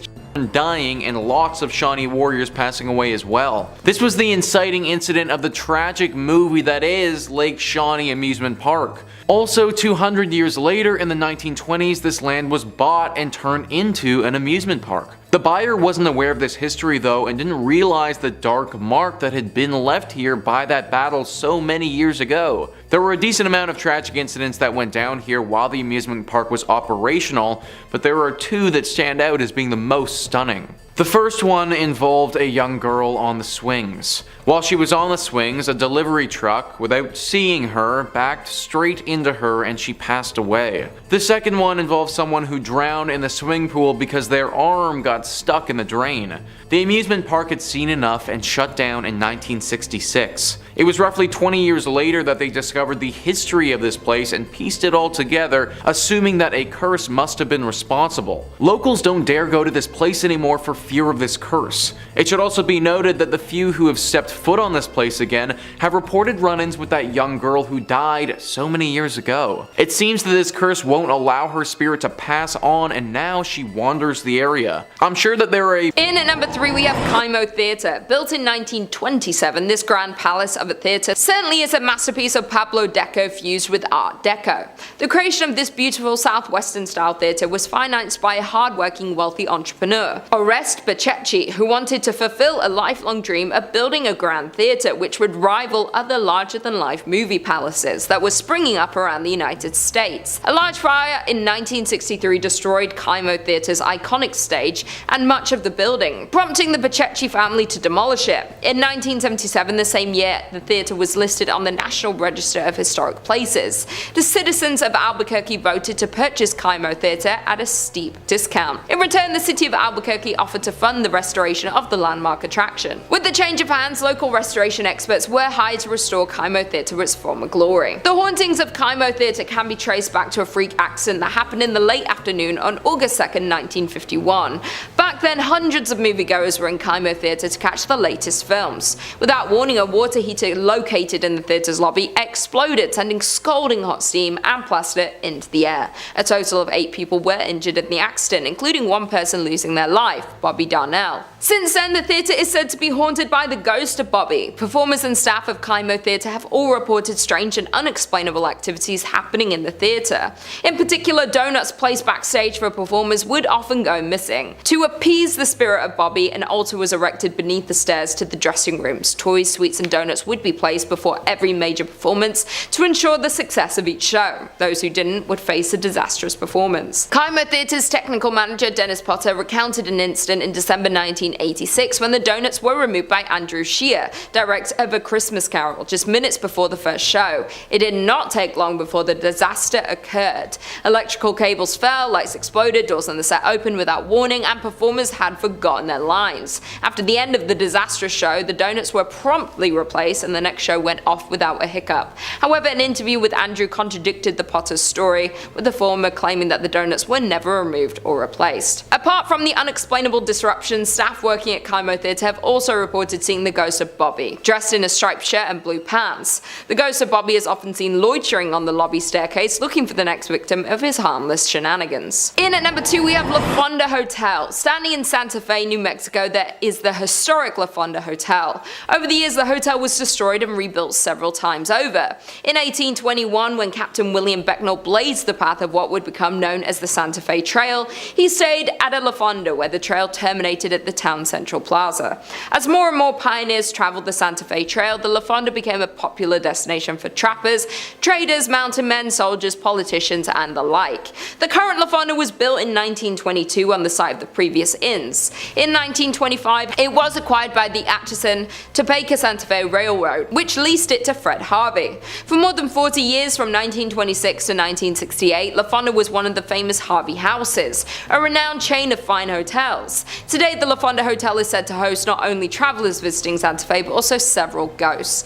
Some people believe that the Honorable Judge Slough continues to walk its hallways. However, more often reported is the ghost of the distraught salesman who jumped into the well after losing all of his company's money. The hotel's dining room, called the La Plazuela, is situated directly over the old well, and both guests and staff alike have reported the sight of a ghostly figure that walks to the center of the room, then seemingly jumps into the floor and disappears. Other reported phenomena include a ghost that haunts the Santa Fe room, as well as a spirit that walks the hallways near the La Terraza, a restaurant located on the east side of the hotel's 3rd floor. In the 1970s, a ghost reportedly called the front desk to complain that someone was walking up and down the hallway in front of his room. When an employee was sent to investigate, he saw a tall man in a long black coat disappear into a stairwell. However, when he followed him to the stairs, there was no sign of the mysterious visitor. And finally, in at number 1, we have the Luna Mansion. The Luna Mansion in Los Lunas, New Mexico is known for one thing, and it's its ghost stories. Over the years, the Luna Mansion in Los Lunas has gained a reputation as being haunted.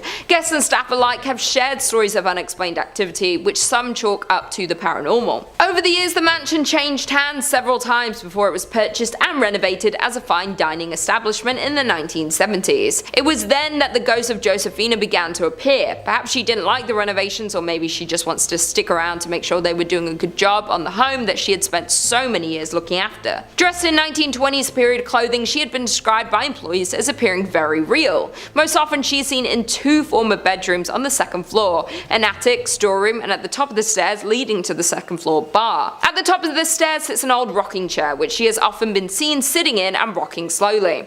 On one occasion, when an employee approached the ghost, she simply stood up and then slowly vanished. More often she is seen walking up and down the stairs, a habit that has been so commonplace that employees barely notice anymore. Where there's one spirit, others seem to follow, and more ghostly apparitions have been seen at the mansion. One of these is a former servant named Cruz, who was thought to have been a groundskeeper. Most often seen on the main level, he is said to be particularly friendly to women and children and likes to play practical jokes on the employees and patrons. On one occasion, he was seen sitting on a sofa as if waiting to be served. Dressed in vintage attire, the man was relaxing patiently when a waitress asked another staff member why he hadn't been served. However, the response was, "What man?" And when the waitress looked back to the sofa, the vintage spirit faded away. Number 5 on this list is Mary King's Close. Mary King's Close is known to most as being Scotland's most haunted street. It's a very dark and mysterious looking street. I'm not sure if we have any Harry Potter fans watching, but it reminds me of the dark part of Diagon Alley.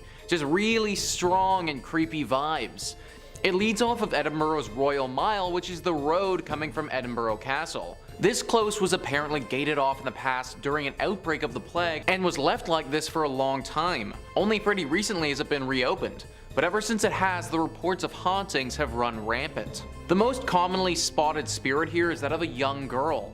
Nobody knows her name or why she's there, but she'll often appear holding a little plush bunny rabbit and run through the close.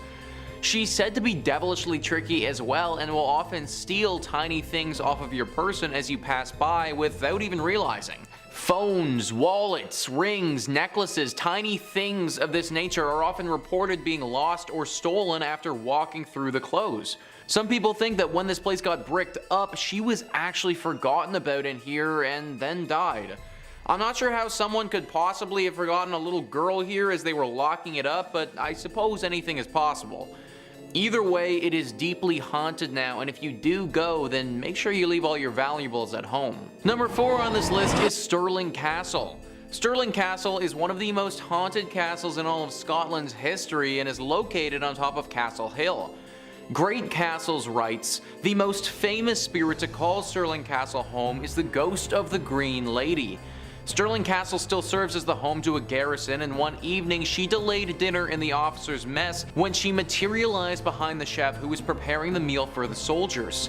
Feeling as though he was being watched, he turned around only to see her green, translucent form standing behind him, at which time he fainted. She simply vanished on this occasion, but her appearances are usually a harbinger of bad things to come. On several occasions, her visits have occurred shortly before fires or other mishaps at the castle. The ghost of a pink lady sometimes can be seen leaving the castle and walking to the neighboring church of the Holy Rood Ladies' Rock. This was an elevated location where the ladies of the court would go to watch knights participate in jousting tournaments.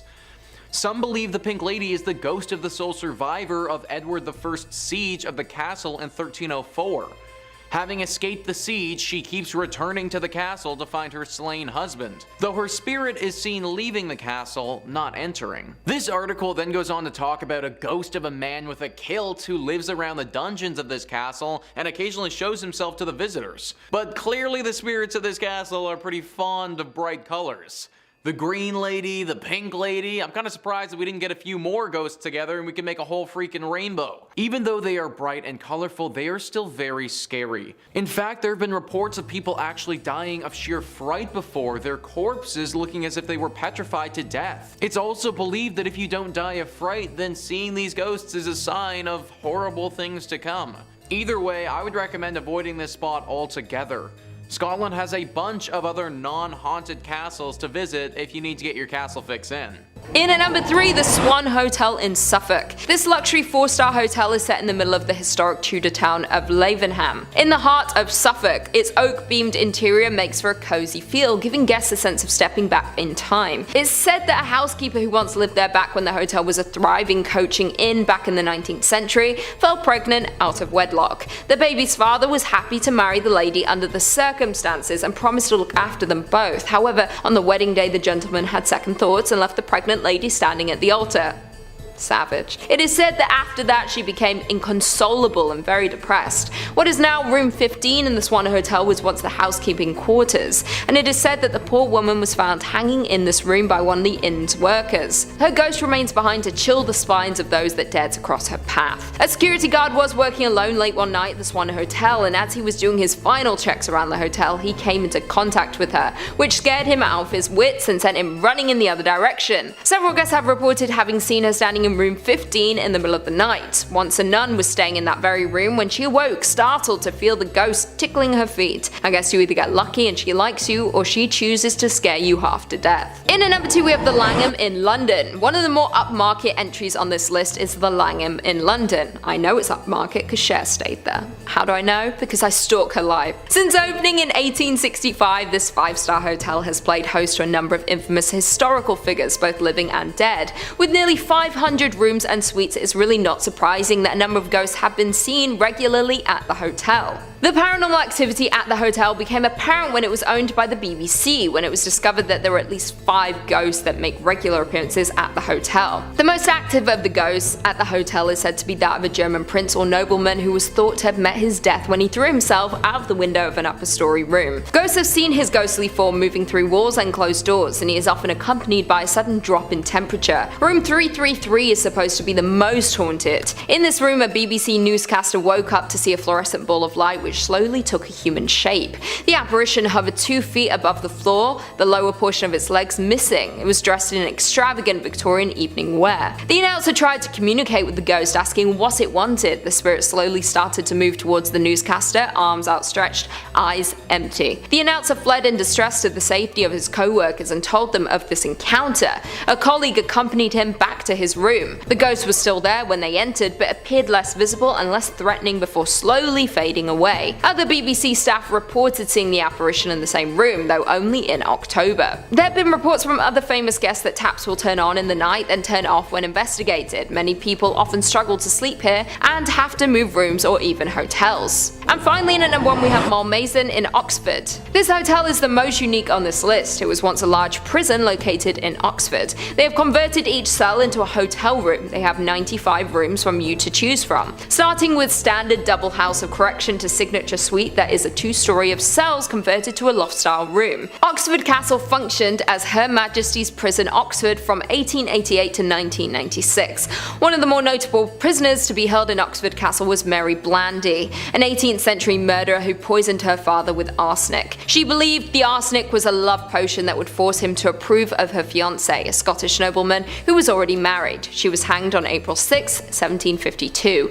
It's said that her spirit still roams the castle to this day. During the Victorian era, it wasn't uncommon for children to be imprisoned inside. The youngest inmate to be held inside Oxford Prison was Julie Ann Crumpling. She was just 7 years old when she was sentenced to 7 days of hard labour for allegedly stealing a pram. Perhaps the most terrifying report comes from one of the security guards who was on his nightly patrol. The security has long been very wary of the location and had experienced several things before such an unexplained sounds, bangs, and the usual phenomena. However, on one dark night when the guards was coming to an end of his patrol, when his dog stopped and shuffled quickly backwards, growling at something in front of him. It was then 2 large shadow figures appeared before him. As anyone would do, he ran as fast as he could. A few days later, his dog died suddenly. He believed he had been frightened to death. You can stay in rooms when prisoners were once tortured and even killed. Although the hotel has been fitted to be a rather comfortable boutique hotel, it does not erase the horrors that have occurred. Sometime in the 1970s, a group were carrying out a sentence in one of the cells when poltergeist activity suddenly erupted.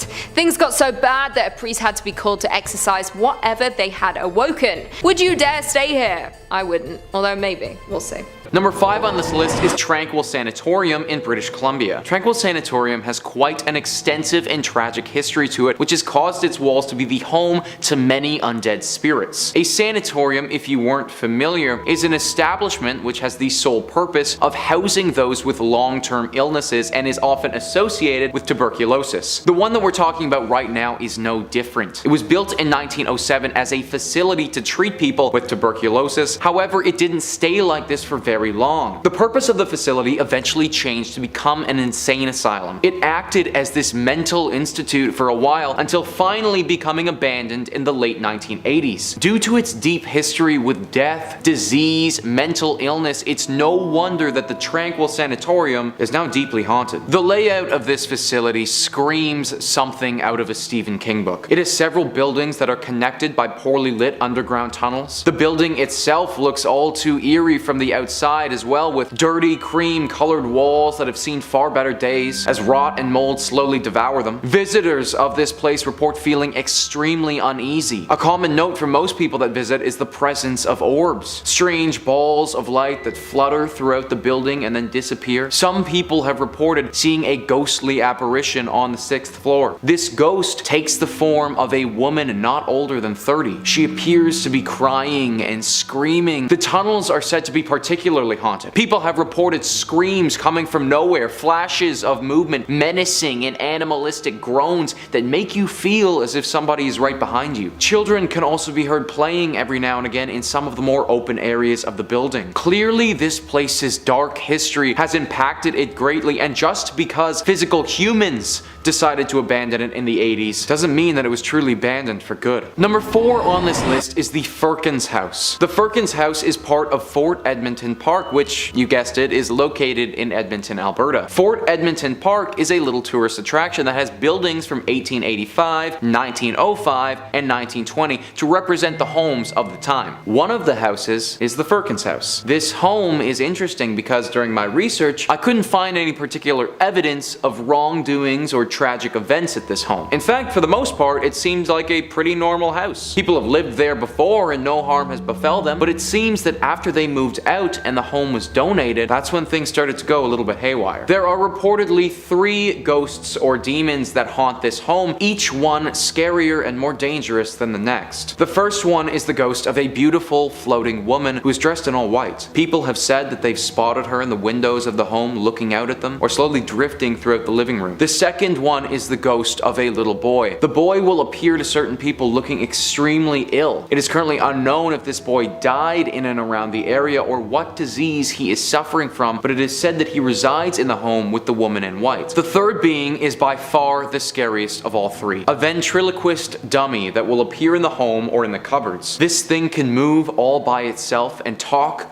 by itself. It is very similar to the popular horror franchise Chucky, and it's said by some to be seeking to harm the living. I'm not sure if the ghost of the ventriloquist has taken over this dummy or if the dummy has taken on its own persona, but I definitely do not want to go anywhere where the primary residence is a demon puppet. Number 3 on this list is the 5 Fishermen Restaurant. This is a restaurant in Halifax, Nova Scotia, known for its exceptional oysters and also its ghostly inhabitants. The ground that this restaurant sits on wasn't always utilized for serving up fish and chips though. In fact, it has a very long history. In the early 1800s is when the building went up, and for a long time it acted as the town's only school. Nothing ghoulish or demonic about that. However, at around the turn of the century, the school moved and the building took on a new purpose. It became the mortuary for Halifax and made its dealings with the dead. Now, not every mortuary is going to become haunted, but this one had quite a lot to deal with over the years. In 1912, the unsinkable ship, the Titanic, sunk. It sunk roughly 640 kilometers off of the eastern shores of Canada, and therefore the closest places to assist with the rescue was these eastern provinces. Halifax acted as the leader in these rescue processes, and because of that, the mortuary had an onslaught of bodies of people whom had died on the ship. 5 years after that tragedy, Halifax incurred one of their own with the massive Halifax explosion. This was where a munitions ship exploded and it killed roughly 2,000 1,000 people, just like that. This mortuary served as the primary designation for both of these incidents, and due to the unnatural deaths here, it makes sense that some spirits have clung on. Guests and employees alike have reported seeing ghosts all over this mortuary that turned restaurant. One of the dishwashers reported running out of the restaurant when he looked up from what he was doing and was staring directly at a ghost-like specter. The restaurant has attempted to have serious renovations done. However, I don't think that any amount of structural changes will get these spirits to rest for good. Number 3 on this list is the Culloden Moor. The Culloden Moor acted as the site for one of Scotland's most infamous and bloody battles in all of history. Christy McIntyre writes, "Many of the ancient battlefields of Scotland are rumored to be plagued by the souls of those who died there. It's not surprising that Culloden, the site one of the most infamous battles in British history, is among them. Over in under an hour, nearly 1,500 Jacobite soldiers were killed, and it remains the last battle fought on British soil. But according to some locals, the battle still rages.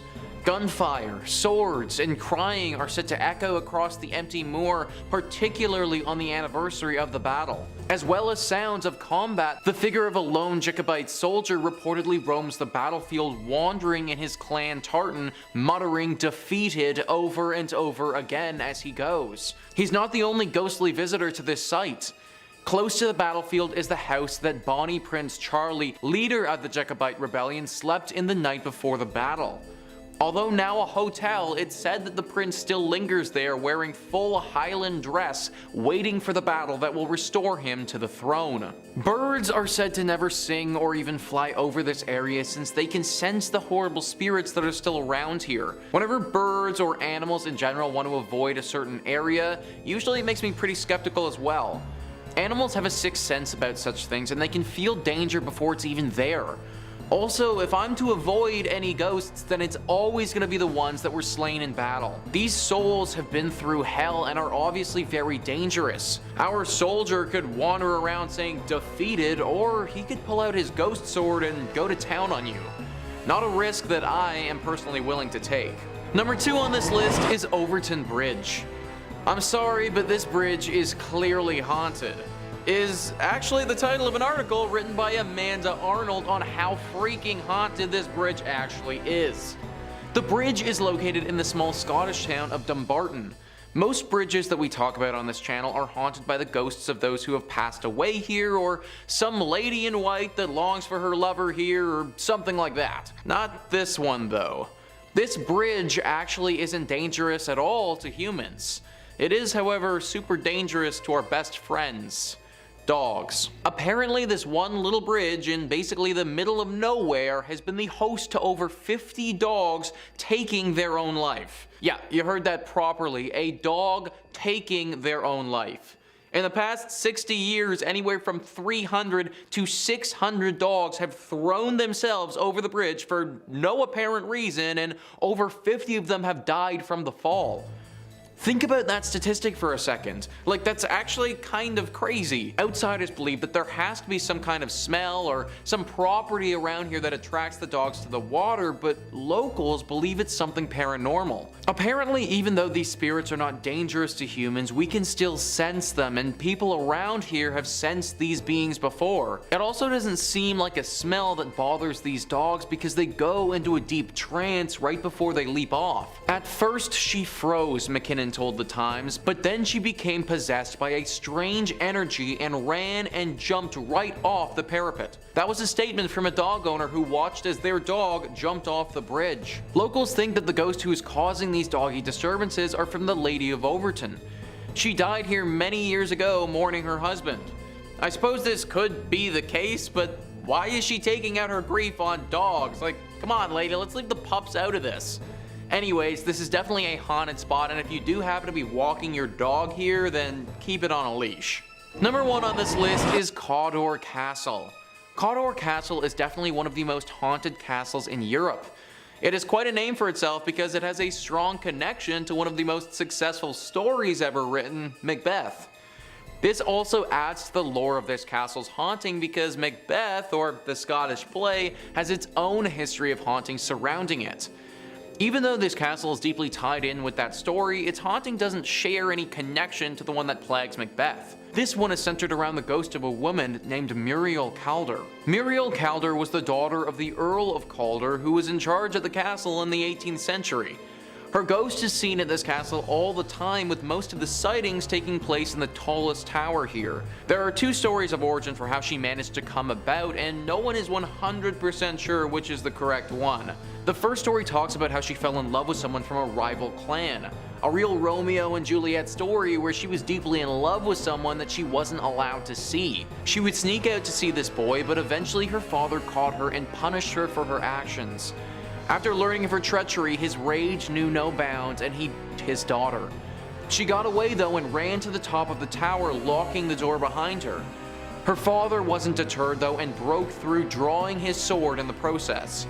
She tried climbing out the window to safety, but her dad, with one big swing, cut both of her hands off and she fell to her death. The second story doesn't include the dramatic chase up to the tower, but says that he just cut her hands off as punishment so that she could never hold her lover again. Obviously though, with both of her hands sliced off, she couldn't really do much of anything and died from blood loss soon after. Either way, her ghost is now forever restless in this castle and makes itself regularly known to visitors. Obviously, the key identifier of this apparition is her lack of two hands. Coming in at number 5, Silverbow Inn Bed and Breakfast. The Silverbow Bed and Breakfast is located in Juneau, which is the capital city of Alaska. The inn is more famously known for its bakery that was founded in 1898 by the original owner Gus Messerschmitt. This is the oldest bakery in Alaska and some say it is the best. Although people travel from far to taste the treats and the bakers, there are reports of paranormal activity in the inn above. The original owner and founder of the inn reportedly still haunts the premises. The story goes that the owner loved his bakery and inn. He spent his whole life dedicated to creating the finest bakery. From the day it was built, he spent all of his time here. He loved welcoming the customers and ensuring everyone enjoyed their stay. Inevitably, having spent all of his time at the inn, he was here when he passed away in 1938. He was so dedicated in life, it seems his soul was tethered to the place in death. Since he passed away, guests of the bakery and inn have reported a lot of paranormal activity. The most commonly reported sighting is of Gus opening his shop early in the morning. People have seen a figure matching his description walking around the halls as he once did to prepare for his day. This is not the only thing that guests have noticed. Some people have reported knocking on their bathroom door. When they go to investigate who it is, there is no one there, but they have a feeling of being watched. Many believe this is Gus checking up on the guests. He also wanted to ensure everyone staying there was happy, and people believe this is a sign that he's still checking in on the guests today. Coming in at number 4, the Hotel Captain Cook. The Hotel Captain Cook, located in Anchorage, is notorious for its paranormal spirit, which has been nicknamed the White Lady. People often take ghost tours of the hotel, hopeful of a chance to meet this famous spirit. Although the origins of the ghost are mostly unknown, from her behavior it appears she passed away in the women's bathroom,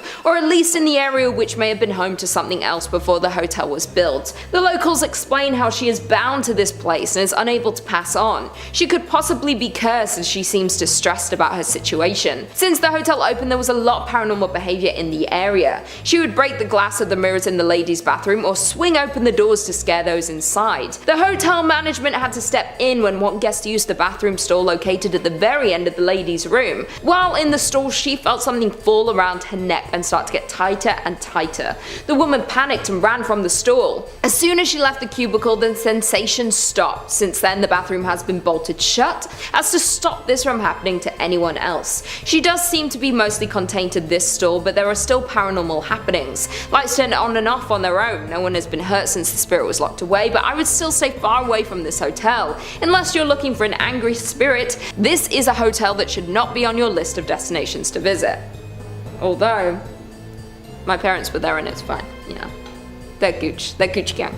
Coming in at number 2, we have Peacock Island. Peacock Island is situated in the River Havel in Berlin. In 1685, chemist Johann Kuhnel was given financial aid to build a glass foundry on the east of the island. Here he discovered how to produce artificial red glass. When he left the island in 1692, it remained unused for about 100 years until 1793. In 1793, the Prussian King Frederick built the castle for himself and his mistress. This was then passed down through the family and used for many different reasons, including being used used as an exotic farm. Although the island has a long and exciting history, there are claims it is the original Johann Kucknell who inhabits the island long after her death. It is claimed that Johann was not only into creating glass, but that he experimented with dark magic. It is believed that through his experiments with black magic, he had cursed himself. He attempted to flee the island as to not be attached to the curse, but this didn't work. In the afterlife, he was bound to the land and his old foundry. Those who have visited the island have seen a black figure with glowing red eyes. He is often seen at the stroke of midnight. When he is near, you can feel the chill in your bones. You know that you're in the presence of darkness just by being on the island during his hour. His laboratory still stands today, and some have tried to find his old lab to learn all the dark magic and secrets that he tried to hide. It is said a fire nearly destroyed the building. The police believe this to be man-made, and it's speculated he was trying to destroy the demons and spirits he had accidentally been working with in the lab. He couldn't escape the curse, and if you don't want to meet the same fate, I would avoid visiting this building. And finally, in at number 1, we have the Woldneil Hostert School. The school was first built in 1913 and then closed in 1937 when it was then used by the National Socialism Party. They wanted to use the building as part of their euthanasia program. They wanted to make their bloodlines pure and strong, and they had the idea to use the building to house anyone who was not seen as genetically healthy. All those with hereditary illnesses or who were severely mentally and physically handicapped were classified as lives unworthy of life. They would invite the people they deemed to fall into this category to live in the facility before they would eliminate them. According to data collected, more than 260,000 people fell victim to their war against sick. This was just one of many of these facilities run around Germany. With all of the horrible acts committed here, it is no surprise that it is haunted with the lost souls. The people lost here were taken suddenly, and their spirits remain unable to pass on. Some people who have visited reporting hearing blood-curdling cries coming up the walls in every direction. Others have seen shadows darting from room to room as though they are watching those who walk there. Other ghosts have been seen looking through the windows or sitting inside the rooms late at night. They don't seem to have bad intentions, but they seem to be distraught, which can be equally as dangerous if you were to stumble across them unknowingly. Some even claim to see children who have disappeared as soon as they were noticed. The stories from those who have visited are terrifying and chilling to hear. It is enough to warn anyone away from attempting to visit the old school. Number 5 on this list is the Plaza Theater Performing Arts Center. Built in 1930, this beautiful theater has had many shows and screenings here over the years. For 55 years, it was in operation as one of the premier spots to have your movie shown, but in 1985, the theater shut down. It remained as such for about 20 years when in 2006, it began to get renovated. Now it's mainly just for live theater and other performance art in the city of El Paso. Like a lot of beautiful old theaters though, as time passes, legends emerge, and this one in particular certainly has its fair share. The Plaza Theater for Performance Arts Center has 3 primary ghostly apparitions it houses. The first is our very standard and very classic drifting woman in white. Looking sad and down on her luck, the spirit of this woman will often drift around through the rafters and has been seen by many workers throughout the years. The second is a man in all black who materializes in front of people. He's described a bit like a shadow creature, but slightly less menacing. I suppose if we have our woman in white, it's only fitting that we have a man in black to get a little bit of variety going. The third ghost sticks with the theme of spicing things up and is actually a little boy with a bouncing ball. It's not a basketball, but a small bouncy ball that the child seemingly plays with as he haunts the theater. Nobody knows the origin of these ghosts or how they got here at all. Are they connected? Maybe once a family unit who died here together, or are they all separate and have each suffered strange tragedies at this location over the century? El Paso, I'm sure, has some other theaters, and I'd stick to those ones if you're looking to watch some live shows if you're there. Number 4 on this list is Hendley Row. Located on the Texan island of Galveston on the Gulf Coast, this is the most famous haunted spot for locals in the region. Texas Highways writes, "It's not surprising that Hendley Row is a hotspot for supernatural activity. Completed between 1855 and 1858 for shippers and cotton brokers, it was the town's tallest structure during the Civil War. The roof doubled as a Confederate lookout for Union ships. Galveston and nearby barrier islands, history have been laced with tragedy. It was the site of a bloody Civil War fight, and serial epidemics of yellow fever decimated the populace. Hurricanes blast through regularly. The 1990 storm left up to 12,000 casualties in the worst natural disaster in US history. No wonder Texas writer Brian Woolley called Galveston an old cemetery with a beach attached. The resident ghosts of Hendley Row represent aspects of Galveston history. There's the Confederate soldier seen on the roof and around the building. The bloodied teenage factory worker is a vestige of the building's cotton grading days. The lady in white and the running and playing little boy and little girl are thought to be 1900 storm victims. The upper floors house apartments and offices now, but Henley Market's glass ceiling reveals views of stairs and landings. During renovations, workers reported tools mysteriously moving around. Staff recall other spooky experiences as well. Some years ago, a friend gave her old photo of Dr. Wilbur from a house on Church Street that's always displayed in the shop. When Hurricane Ike inundated the building with 10 feet of water in 2008, the photo went undamaged while many other things were destroyed. Every year on November 1st, employees construct an elaborate Day of the Dead altar that includes the photo and lighted candles. Before closing, the staff follows a 3-person backup routine to ensure the candles are completely extinguished, even dousing them with water. Yet almost every single year, one or more candles are burning the next morning. I can't imagine working at a place where we had to light candles for our ghost altar. Like, that action alone would make me want to quit immediately. I suppose the one good thing is that the ghosts here don't appear to be particularly evil or wanting to inflict harm. Still though, waking up and heading to work is already a tall task as it is, but knowing that there's a dead little boy and girl waiting there, yeah, that's a solid no-go for me. Coming in at number 2, we have Griboedov Canal. The Griboedov Canal is located in St. Petersburg. It was constructed in 1739 alongside the existing river Krivusha. It is rare that a canal would be haunted, but the haunting is more of a yearly thing that you should avoid at all costs. The story goes back to 1881 with the Russian Empire revolutionary Sofia Perovskaya. She was arrested here and there for the revolutionary talk, but it was her final plan that would become the end of her, when her friend was arrested days before she took over the responsibility of the planned attack on Alexander II. The night before the attack, she helped to assemble the bombs that they were going to use. The attack went off as planned and Alexander II passed away due to her actions. She was quickly captured and was to be trialed for her crimes. Her friend, who was arrested the day prior, wanted to save his own life and turned in the rest of the participants. They were tried and sentenced to hanging. She was the first woman in Russia sentenced for acts of opposing her country. It was reported that her acts inspired other activists around the world in the years following. The day she died was March 22nd. It is now said that each year on the night of March 22nd, the air is misty. If you were to be walking down the canal, you would see the ghost of a young girl walking up and down the canal. She looks completely blue with a red mark on her neck. The worst part of the tale is that those who meet her become cursed. She is a bad omen. It is even rumored that she has caused pedestrians their lives.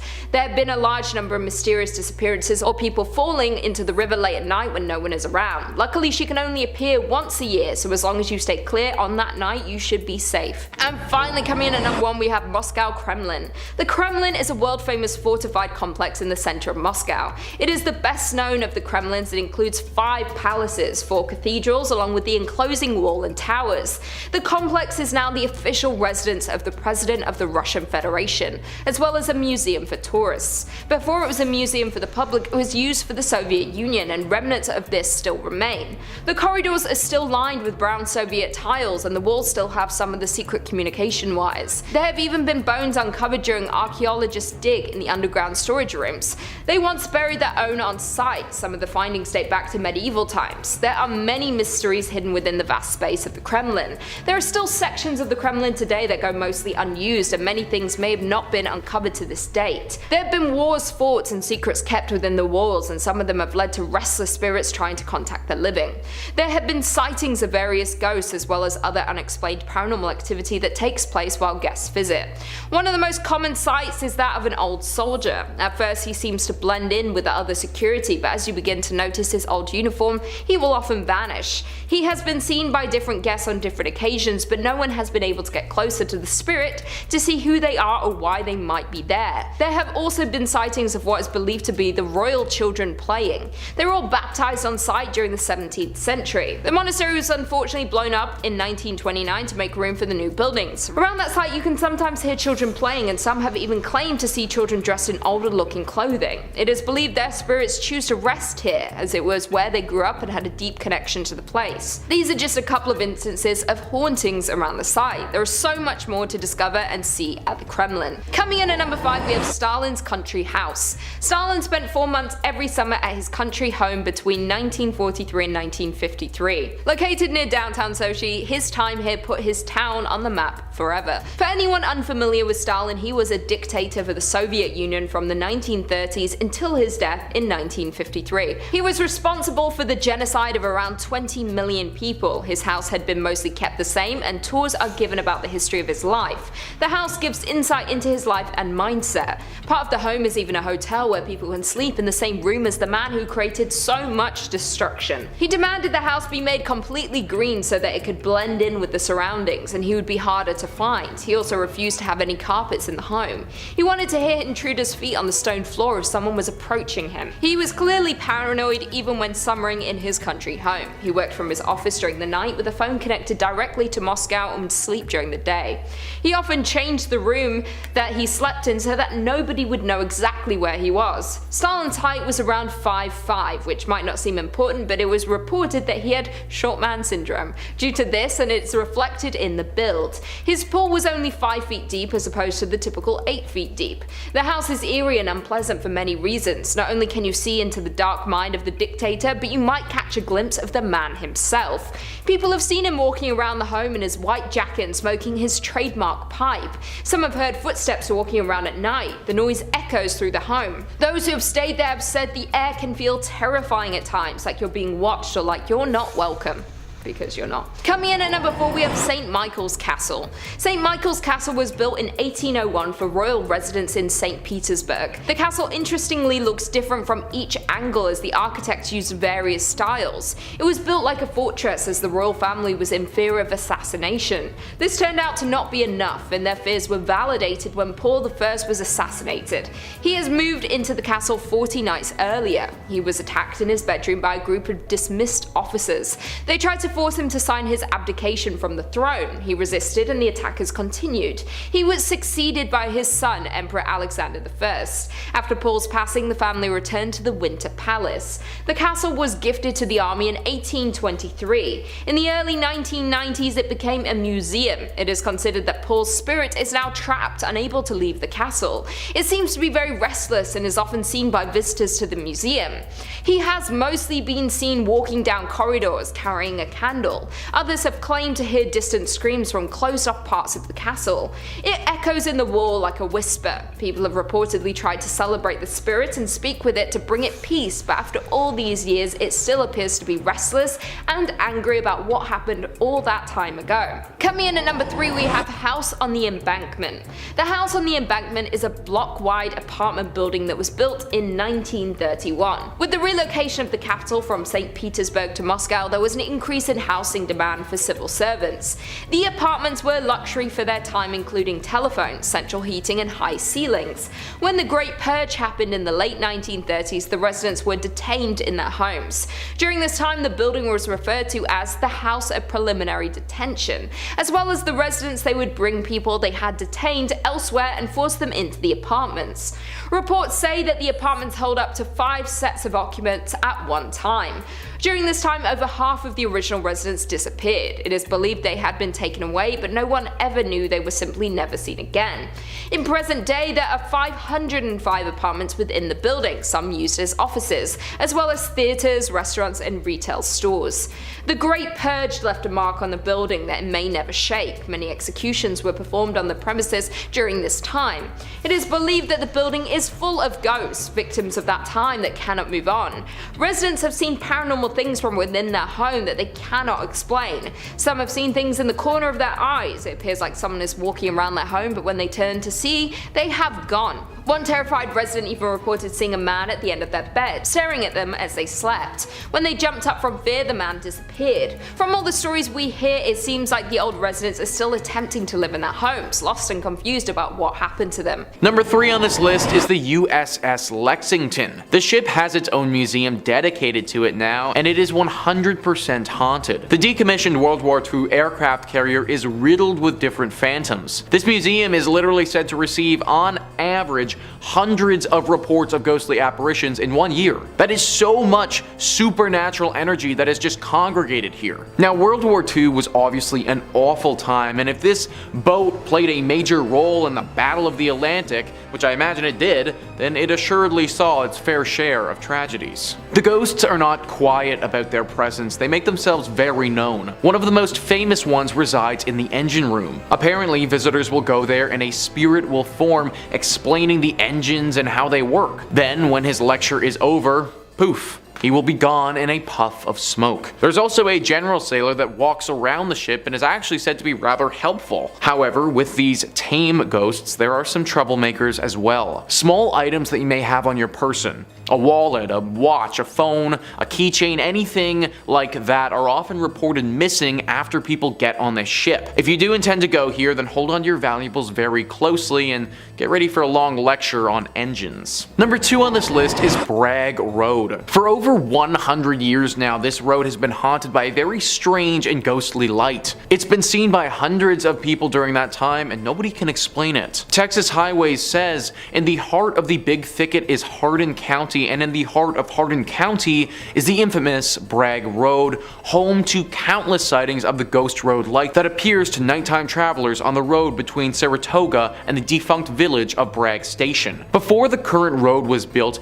the Arrow Strait clearing served as Santa Fe Railroad's branch line built in 1903. From its inception, locals considered the line haunted by Mexican laborers murdered by a thieving foreman, a deserter shot by Confederate soldiers, a hunter lost forever in the woods, and a decapitated railroad brakeman searching for his head. But all the stories share a common theme, a floating orb of light. The road replaced the railroad tracks in 1934, but the light remained, seen by hundreds of people over the decades. In the 1960s, Archer Fullingham, editor of the County News, spread its notoriety in articles. National Geographic published a clear photo of the light in a 1974 feature about the Big Thicket. Texas folklorist Francis Albernithi documented sighting stories from the old-timers and young folks alike. In 1997, Hardin County designated Bragg Road as Ghost Road Scenic Drive Park. A pretty road through the woods in the daytime turns into a spooky spot for supernatural sightings by night. Word is the most auspicious times to see the light are on moonless autumn nights. What the heck is this light that has been haunting this place for all these years? Even National Geographic, a very highly reputable column, has posted stories on it with actual photos including it. If it's a manifestation of some of these ghosts, then which ghost is causing it, and maybe more importantly, is it dangerous? If you want to find out, then you need to head to Bragg Road and look for yourself, but I wouldn't recommend it, honestly. And finally, number 1 on this list is the Yorktown Memorial Hospital. This hospital is definitely up there as one of the most haunted spots in Texas, and could even make a play for the most haunted spots in America. It was built in the 1950s and managed by the Roman Catholic Church for a few decades before eventually closing down in 1986. Then for 8 more years until 1992, it was a drug rehab facility, but finally in 1992 it closed for good. Since then it's been abandoned and gained some very serious ghostly legends by the locals. One of the most famous demonic creatures that resides here is this black specter with bright glowing red eyes. It's not shy either and will attack you if you're here alone or in a vulnerable state. This is the most famous of the presences here, but it isn't alone. The ghost of a man who appears to have a bullet wound directly in his forehead is also said to live here. His ghost is a lot less forceful than the dark demon though, and is said to just show himself to visitors rather than attack them. The spirits of nuns are said to be on the second floor though as well. These spirits are similar to our demon creature and will claw and scratch at people who decide to come here. Along with all of this, we also get our classic indicators of a haunted location, such as feelings of despair as you walk through, temperature changes, and moans echoing throughout the building. Avoid this place at all costs if you want to keep a tight grip of your sanity. Number 5 on this list is the Chateau de Commarque. The Chateau de Commarque is located in Périgord, an ancient region of France.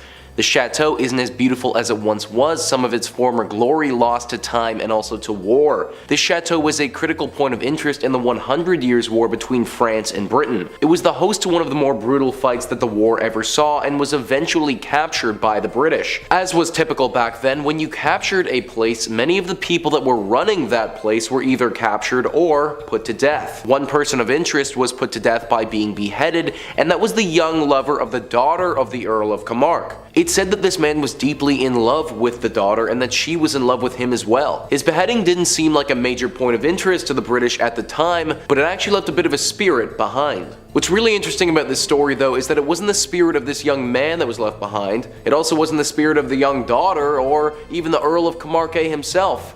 In fact, it was the spirit of this young man's horse. The horse that this young man rode into battle with to attempt to defend the chateau, and the horse that he had his whole life. Its ghost has yet to pass on. It's said that the ghost of this horse wanders the grounds of the chateau searching for its master. People who have ventured into the castle have reported hearing the clicking of hooves and a deep groan from a horse.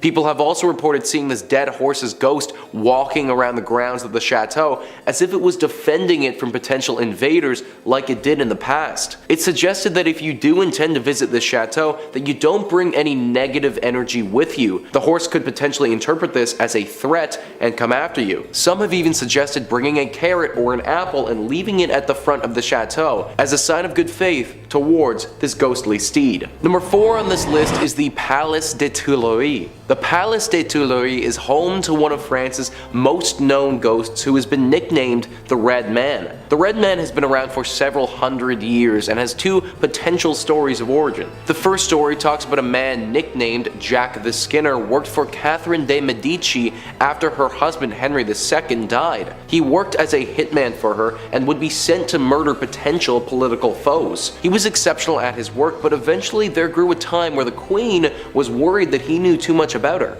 After all, he knew exactly how many people she had had executed considering he had done the executing. To make sure her secrets were safe, she had another man murder him. He killed him in the garden, which I should note is typically the area linked to this haunting, and then he left his body in said garden. When he came back to fetch the corpse, it was missing. Then, the Queen's astrologist told her that he foretold some great disaster happening to the people of Tuileries and that John would be at the forefront of it. Since then, whenever the Red Man appears, it's said that a tragic event will happen to the people surrounding his appearance. The second origin story is that when this palace was built, the Red Man was already there. This ghost spoke to Catherine de' Medici and foretold her death, and even though she forsook him and the palace that she had built, the prediction he had made turned out to eventually be true. Pierre-Jean de Béranger, a famous French poet, describes the Red Man as being a small man clothed from top to toe in scarlet, whose eye is so piercing and unearthly that it terrifies the most courageous. He never speaks, nor are his visits of much length. He vanishes soon after his presence is discovered. This has been echoed throughout time as many French nobles have received visits from the Red Man before. Henry IV, Louis XVI, Marie Antoinette have all had visits from him in the past. There's even a story talking about how the Red Man appeared in front of Napoleon right before his death. There are tons of beautiful palaces in France, and if it was me, I'd avoid this one and go to one of them. Better to be safe than sorry when we're dealing with a devil-like demon whose presence means impending doom. Coming in at number 3, we have the Golden North Hotel. The Skagway Golden North Hotel may look like a classic hotel located on the main street, but it has seen tragedy and has the ghost to prove it. People say this place is haunted by a lady who passed away many years ago. She is bound to room 23 on the 3rd floor, but her presence can be felt in the area around the building. The locals tell the story of how this woman became bound to room 23. It's unknown in what year the story takes place, but it was many years ago. The woman was visited visiting the hotel with her husband. They visited the area so her husband could go on a gold expedition. The expedition was over a number of days to possibly weeks, and the wife was to stay at the hotel and explore the local area. The day arrived and the husband left on his expedition, leaving his wife alone. Not long after the husband had left, the woman caught pneumonia. She became sicker and sicker. There was no one in the area able to help her. She had no way to get to a local doctor with no knowledge of the area. She sadly passed away in little over a week due to her illness. When her husband returned, he was heartbroken to find his wife had passed. She had been laying in their room for weeks awaiting his return. The locals were shocked to hear what had happened, and horrified no one had heard her cries and helped her survive her ailment. Since then, she has been bound to the room. Other guests have heard sounds coming from the room which remains empty. The spirit can be heard coughing or choking. Some have said they saw her from the window of the hotel when walking around the area late at night. Some have even heard her cries for her husband. When anyone tries to investigate the room, they just find it empty and cold. The cold of the room takes over you as soon as you open the door. You can feel you are in the presence of a spirit and are overcome with sadness. Coming in at number 2, we have Independence Mine. The Independence Mine, now known as the Independence Mine State Historic Park, is the site of a former gold mining operation. It is located in Palmer, Alaska. The mining history in the area dates back to at least 1897. The mining town now sits abandoned. The operations were temporarily halted in 1950 with the plan to eventually resume operations. They were never able to resume the operations. This resulted in a well-preserved collection of mining equipment and buildings. Although weather has taken its toll, many of the buildings still stand today. As we know, with many mines, there are often accidents due to the dangerous nature of the work. Parts of the mine would often collapse. The mine is now a big tourist site as a look into the life and work of miners in 1897.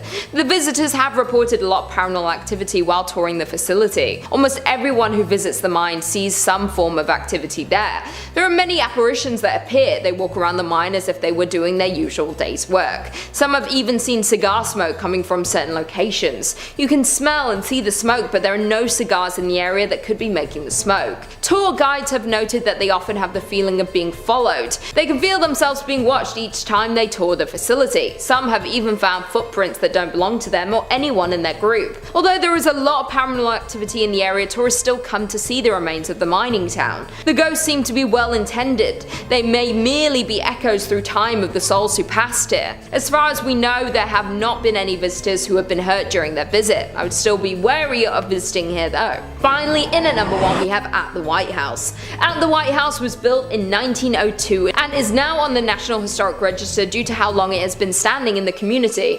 It has had many issues since it was built. It was originally built as a hospital, then it was used as a daycare center, and today is used as a hotel. Any building that was used as a historic hospital has seen a lot of tragic passings. When the building was used as a daycare center, there was a tragic fire. The building caught fire in the 1980s. It was fully restored following this. During the fire, the young woman who owned and ran the daycare was trapped inside. After ensuring all of the children were safe, she became trapped and unfortunately perished. Since the fire, her apparition has appeared around the home. Most guests believe her to be a kind spirit, but she does bring on the feeling of dread and terror when she is in your presence. Guests at the hotel have claimed to be startled awake by the young woman standing at the foot of the bed. Once they wake up and become frightened, the spirit usually disappears. Workers at the hotel claim that she appears to show more interest in families with children. She reportedly had a love for looking after children, and even in death she wanted to ensure their safety during their stay at the hotel. It is unknown what room she was trapped in during the tragic fire, but there are numerous cold spots around the hotel. Others have heard faint screams and cries coming from certain rooms. She is hailed as a hero for saving all of the children during the fire, but guests are still frightened when greeted by her ghost in the early hours of the morning. In at number 5, we have Berlin's Citadel. The Citadel was built in 1559 and is known as one of the best preserved military structures in Europe. It was originally built to protect Spandau from attack. Built specifically to have no blind spots, giving an advantage on all sides in the event of an attack. The Citadel has seen a lot of destruction and war since it was built, but the most famous ghost to live there is the spirit of Anna Sido. Anna was married but had a love affair with Joachim II, the local ruler at the time. As the ruler was dying, he asked his son to take care of Anna. The affair had been frowned upon, but as both of their parents had passed, they had grown closer before he got sick. When he passed, his son didn't keep his promise. He immediately imprisoned her in the Citadel. No one ever saw Anna again after that. that. There was no explanation as to where she had gone or if she had been punished for her love affair with the ruler. There had been reports from visitors of the White Lady, a ghost seen walking around the citadel late at night. Some felt a sudden cold breeze and feeling of dread while walking around the grounds, but still there was no explanation. Years later, the citadel was a big tourist attraction and renovations took place. While they began to renovate, they found the remains of Anna. She had been walled into a cell and left there. This seemed to confirm the rumors that she was the White Lady for all these years. Some people have seen her late at night, but others have felt her presence. Even after she was found, her spirit had remained. If you visited today, you might catch a glimpse of her if you were to be there after nightfall. Coming in at number 4, we have Svojkov Castle. The origin of Svojkov goes back to the prehistoric times. A fort was built there in the 1st century AD. It sits on the edge of a lake covered in all sides by water, making it the perfect place if you're worried about intruders. The castle was built in the early 13th century by King Ottokar. It is not known when it was built, but the first written mention of the castle was in 1234 when it was owned by the King of Bohemia. It had many owners throughout the years, being seized in wars and passed to new rulers. It is now owned by the National Heritage Institute and is open to guests. It is regarded by locals as the creepiest place in Germany. Many refuse to visit or leave before it gets dark, as not to disturb the spirits they believe to live there. They believe that the castle is home to a dark supernatural entity. They believe it had been since prehistoric times and has never left the land. There are often voices heard from around the castle. Technical faults happen, often with no explanation. It's also been said many animals refuse to go into the building and act strange on the land outside the castle. There have been many times where the staff had lit candles to light up the halls when night falls. There have been times when every candle had been blown out at once, sending chills down the spines of anyone in the area. The most haunted part of the castle is the main tower. There are reports that if you sleep in the tower, you will pass away within the year. There are at least 2 confirmed cases of this happening throughout the castle's history. Coming in at number 3, Osnabrück. Osnabrück was once the site in a major pagan temple and burial area. The pagans decided that they would attempt to convert the German people to the Christian faith. This led to a massacre taking place at the temple. The local forces took the lives of those there, including the priests. They then desecrated the graves and broke their altar stones. The pagans built their temples and buried the dead on sacred land. It is believed that this act disturbed the deep magic infused in the land. Now every year during the winter solstice and summer equinox, something strange happens on the land. Strange orbs of light have been seen moving around the area. Screams are heard from miles away. Stains appear on the stones that still lay there today. Although the town have now been built away from the graveyard, you can still visit today. Many locals avoid the land as the spirits there seem angry about what happened to their descendants. It is thought these spirits wield great power and could have revenge when and if they choose to. If you do choose to visit, you need to be warned to be respectful. Do your research before and careful when you arrive. Many have reported seeing terrifying things or feelings like being watched while there. No one visits during the solstice and equinox, as this is when the spirits are the most active. Number 3 on this list is the Rue de Chantre. This is considered by most to be the most haunted streets in France. It's located in Paris on the island and is right next to the Notre Dame Cathedral. This street is said to be haunted by the ghosts of many children. As with most ghost stories, this didn't come out of thin air, but from a horrible tragedy that took place on this street just over 100 years ago. In the early 1900s, there was a hotel that was located on this street. This hotel didn't really act as a hotel though, because during that time there was a massive outbreak of tuberculosis. The children in the area who had come down with the disease were sent to this hotel to quarantine.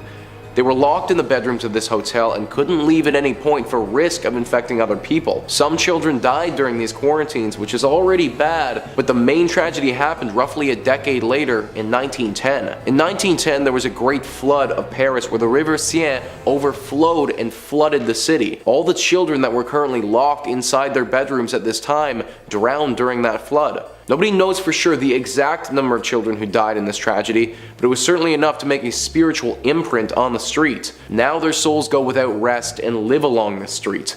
People have heard the laughter and also the crying of children. They have heard the muffled screams as if they're screaming through water. They've also seen these children before, peering out at them from around corners, looking extremely sad and lonely. The spot acts as an attraction for supernatural hunters, but a landmark that I wouldn't recommend visiting. Number 2 on this list is Mont Saint-Michel. Mont Saint-Michel is one of the most beautiful and unique castles on the entire planet, in my opinion. How it's constructed and where it's located, it almost doesn't even seem like something out of real life. This castle is located off of the Normandy coast, and the only connection that it has to France is a road that goes underwater when it's high tide. How this place got made has a bit of a supernatural story to it. Apparently, the archangel Michael appeared to Saint Aubert in a dream and told him to start building here.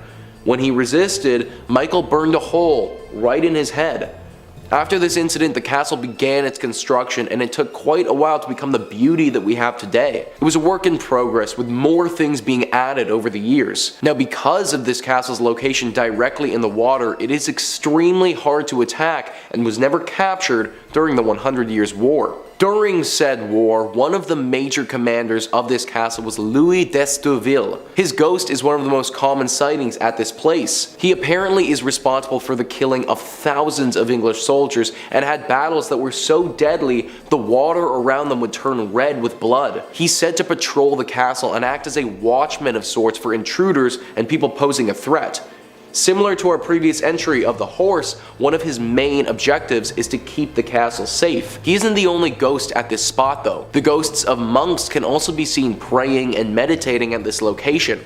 For a long time, this castle housed several hundred monks until they were ultimately kicked out from the space. Their spirits still linger in this place though, although they aren't nearly as frightening as the weathered war general, in my opinion. Number 1 on this list is the Paris Catacombs. The Paris Catacombs is unlike anything else on the entire planet and is the breeding ground for scary stories. These catacombs are a collection of tunnels that are underneath the city of Paris and stretch for over 2,000 acres. The tunnels act as an underground cemetery where they house over 6 million dead bodies. This is one of the largest collections of the dead in the entire world, and if that wasn't enough, you can actually see their skulls as they all line the walls. These catacombs are extremely difficult to navigate. Seeing as there are over 2,000 acres of them and it's underground, people have reported getting extremely lost when they're trying to explore them. This is part of the reason why only a portion of them are open to the public today. But all of this has led to a plethora of ghost stories and legends over the years. For instance, in 2004, a group of police officers were investigating an area of the catacombs that was closed to the public, and they came upon something unexpected. A bar, a living room, a workshop, and a meeting area for over 20 people, they were all found. This was alongside a PA system, a camera system recording the area, and a pirated means of electricity. All of this was more than suspicious, but when the officers returned a few days later with some more people, everything was gone, except for a note that read, "Don't search." This isn't all there is to the catacombs though. In the 1990s, a group was searching through them and found a video camera lying on the ground. They picked it up and examined it and saw that there was a recording.